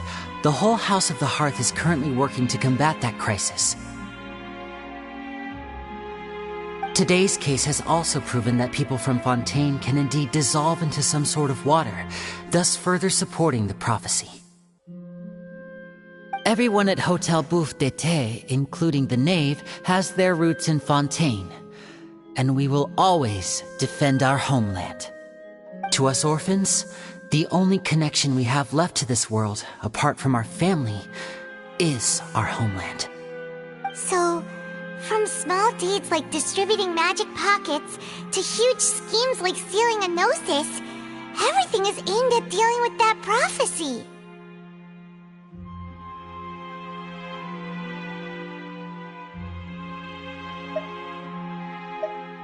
It's all right. I understand. The only thing I can do is relate all this to you. I just hope you can understand that even as a member of the House, I have never stopped making my own decisions, and that I believe what I'm doing is right. If you should need anything at all in the future, feel free to find me. I will do my best to help you, as plain Linny.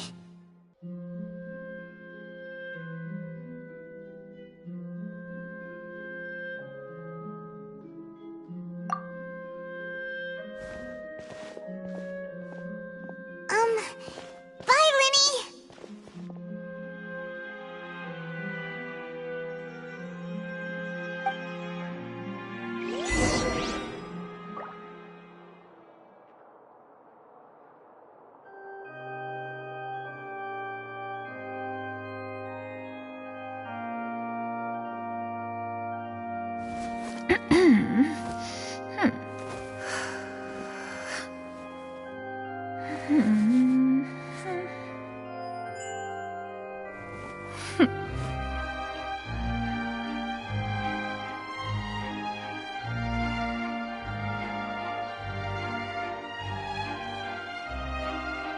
Peace prevails throughout the land, and all things are made new, as buds in the spring. This is an auspicious era for humanity.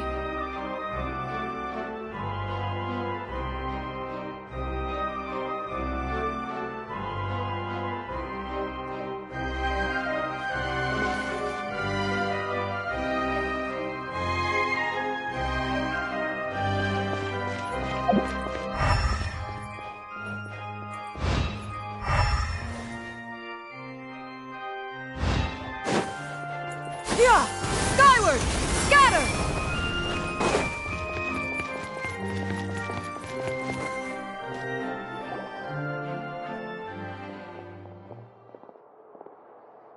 Hey there. What was with the disappearing act you pulled right as the trial ended? Were you looking for us, Navia? Well, this whole thing isn't exactly over, is it? I do feel that we're getting closer to solving the serial disappearances case, though. Don't you think so, too? Huh? What's wrong, my dear partner?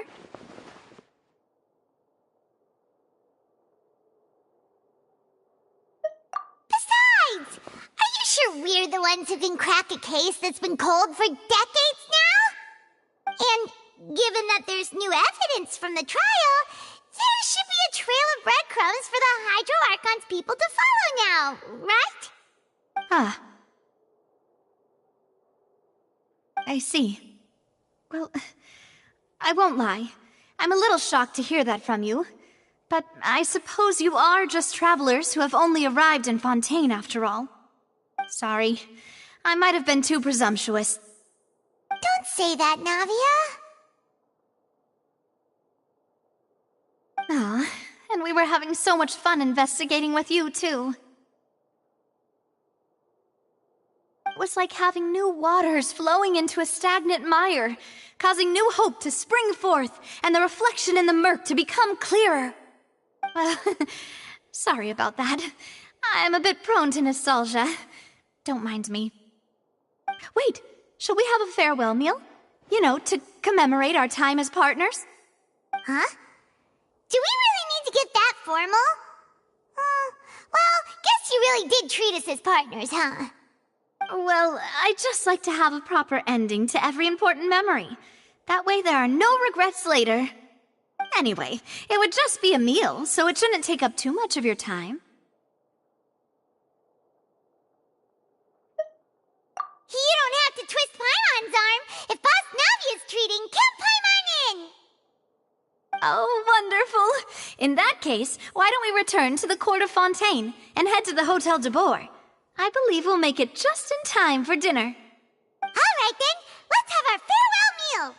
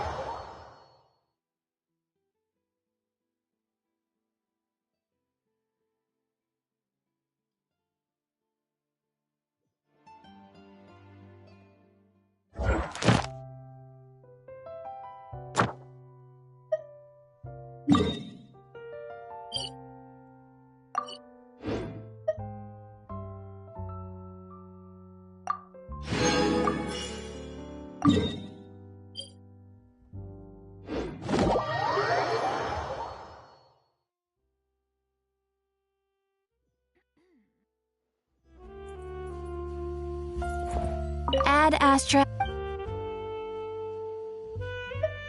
Thank you for completing.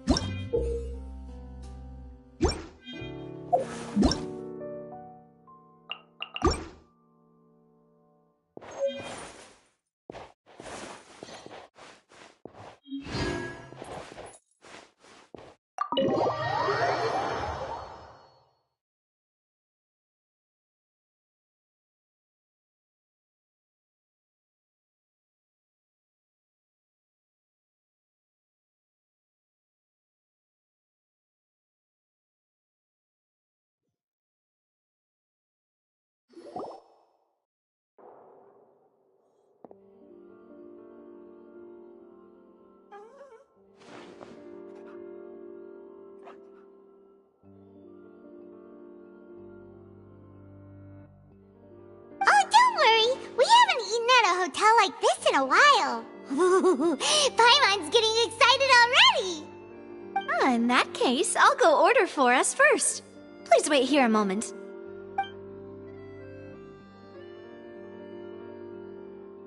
Ooh, everything looks so good.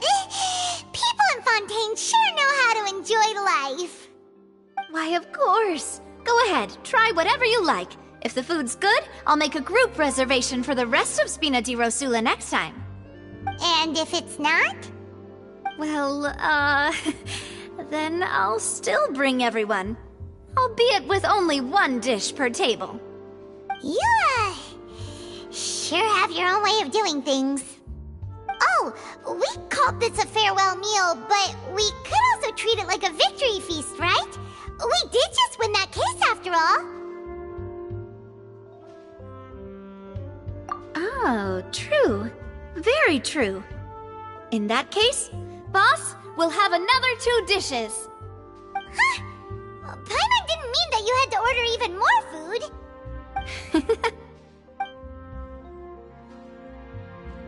Speaking of cases, do you think that the mastermind behind the serial disappearances will get caught soon now that this has all happened?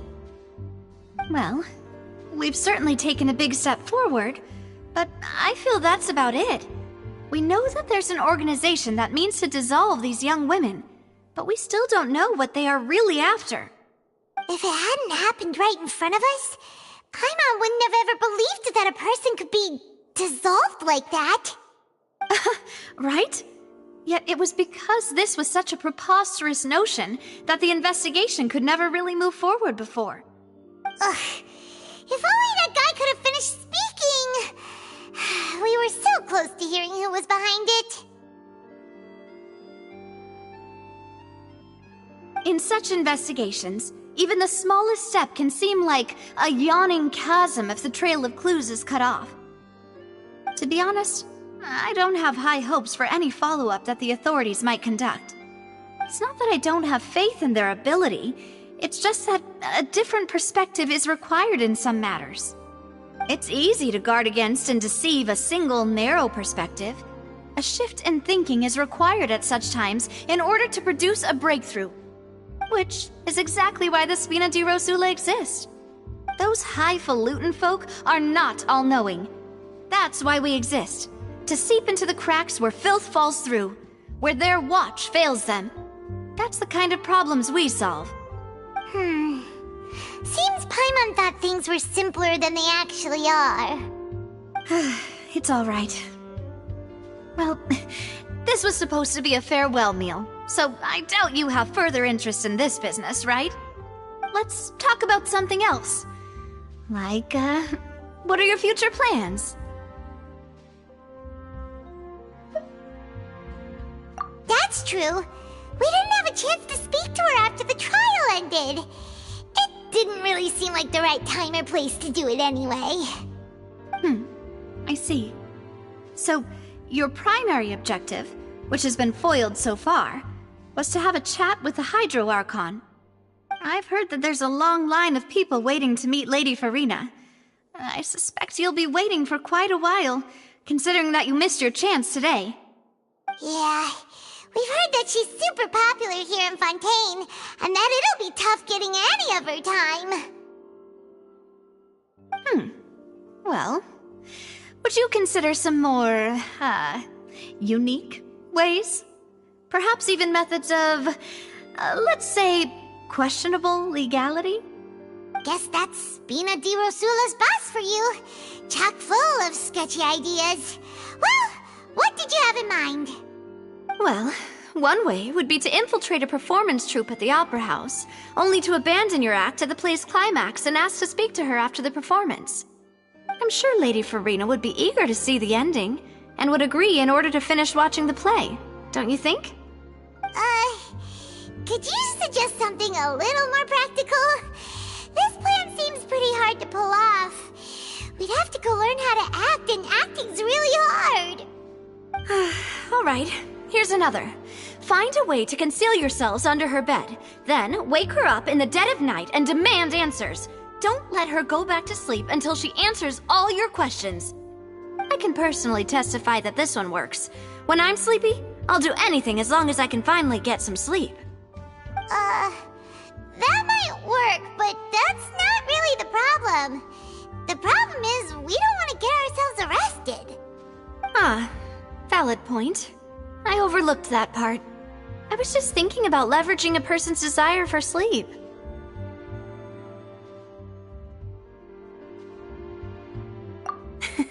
All right, no more joking around.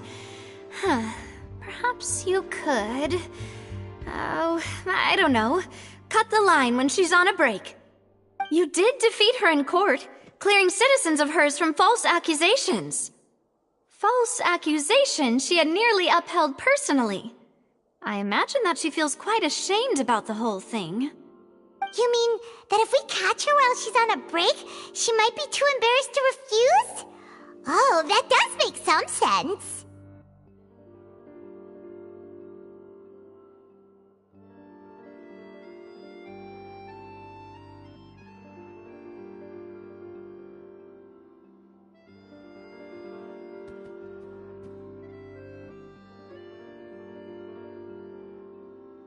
Why don't we give it a try after this meal? You know, strike while the iron is hot and all. Huh? Paimon, did you drink my Fanta? Was this your drink?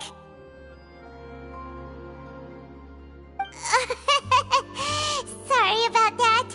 Paimon wasn't really paying attention and the cup was right next to Paimon. Would you like to order another? No, it's fine. We're just about done here.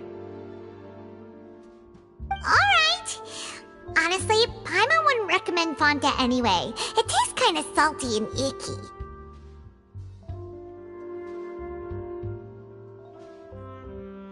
Is that so? Huh. Well, in that case, we'll have to blacklist the Fanta here then. If we're all finished eating, then I'll go pay. Yeah, we're stuffed. Thanks for the treat, Navia.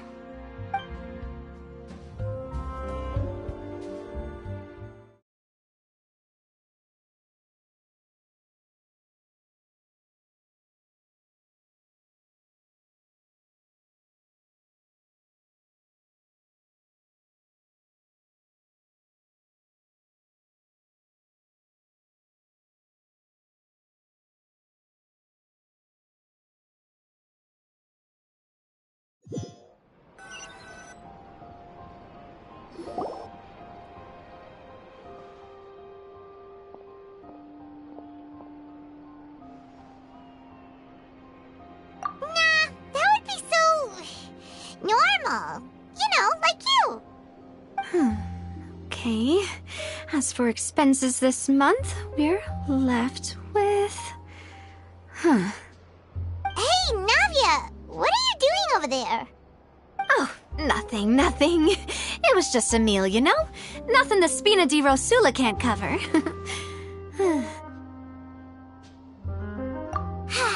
Let's get ready to try to meet the Hydro Archon again. Bye, Navia! So this is goodbye, huh? Well, if you do encounter any other trouble in Fontaine, you're always welcome to contact the Spina di Rosula. I'll give your request the highest priority. In any case, I wish you smooth sailing. I'll see you again, partner. See ya!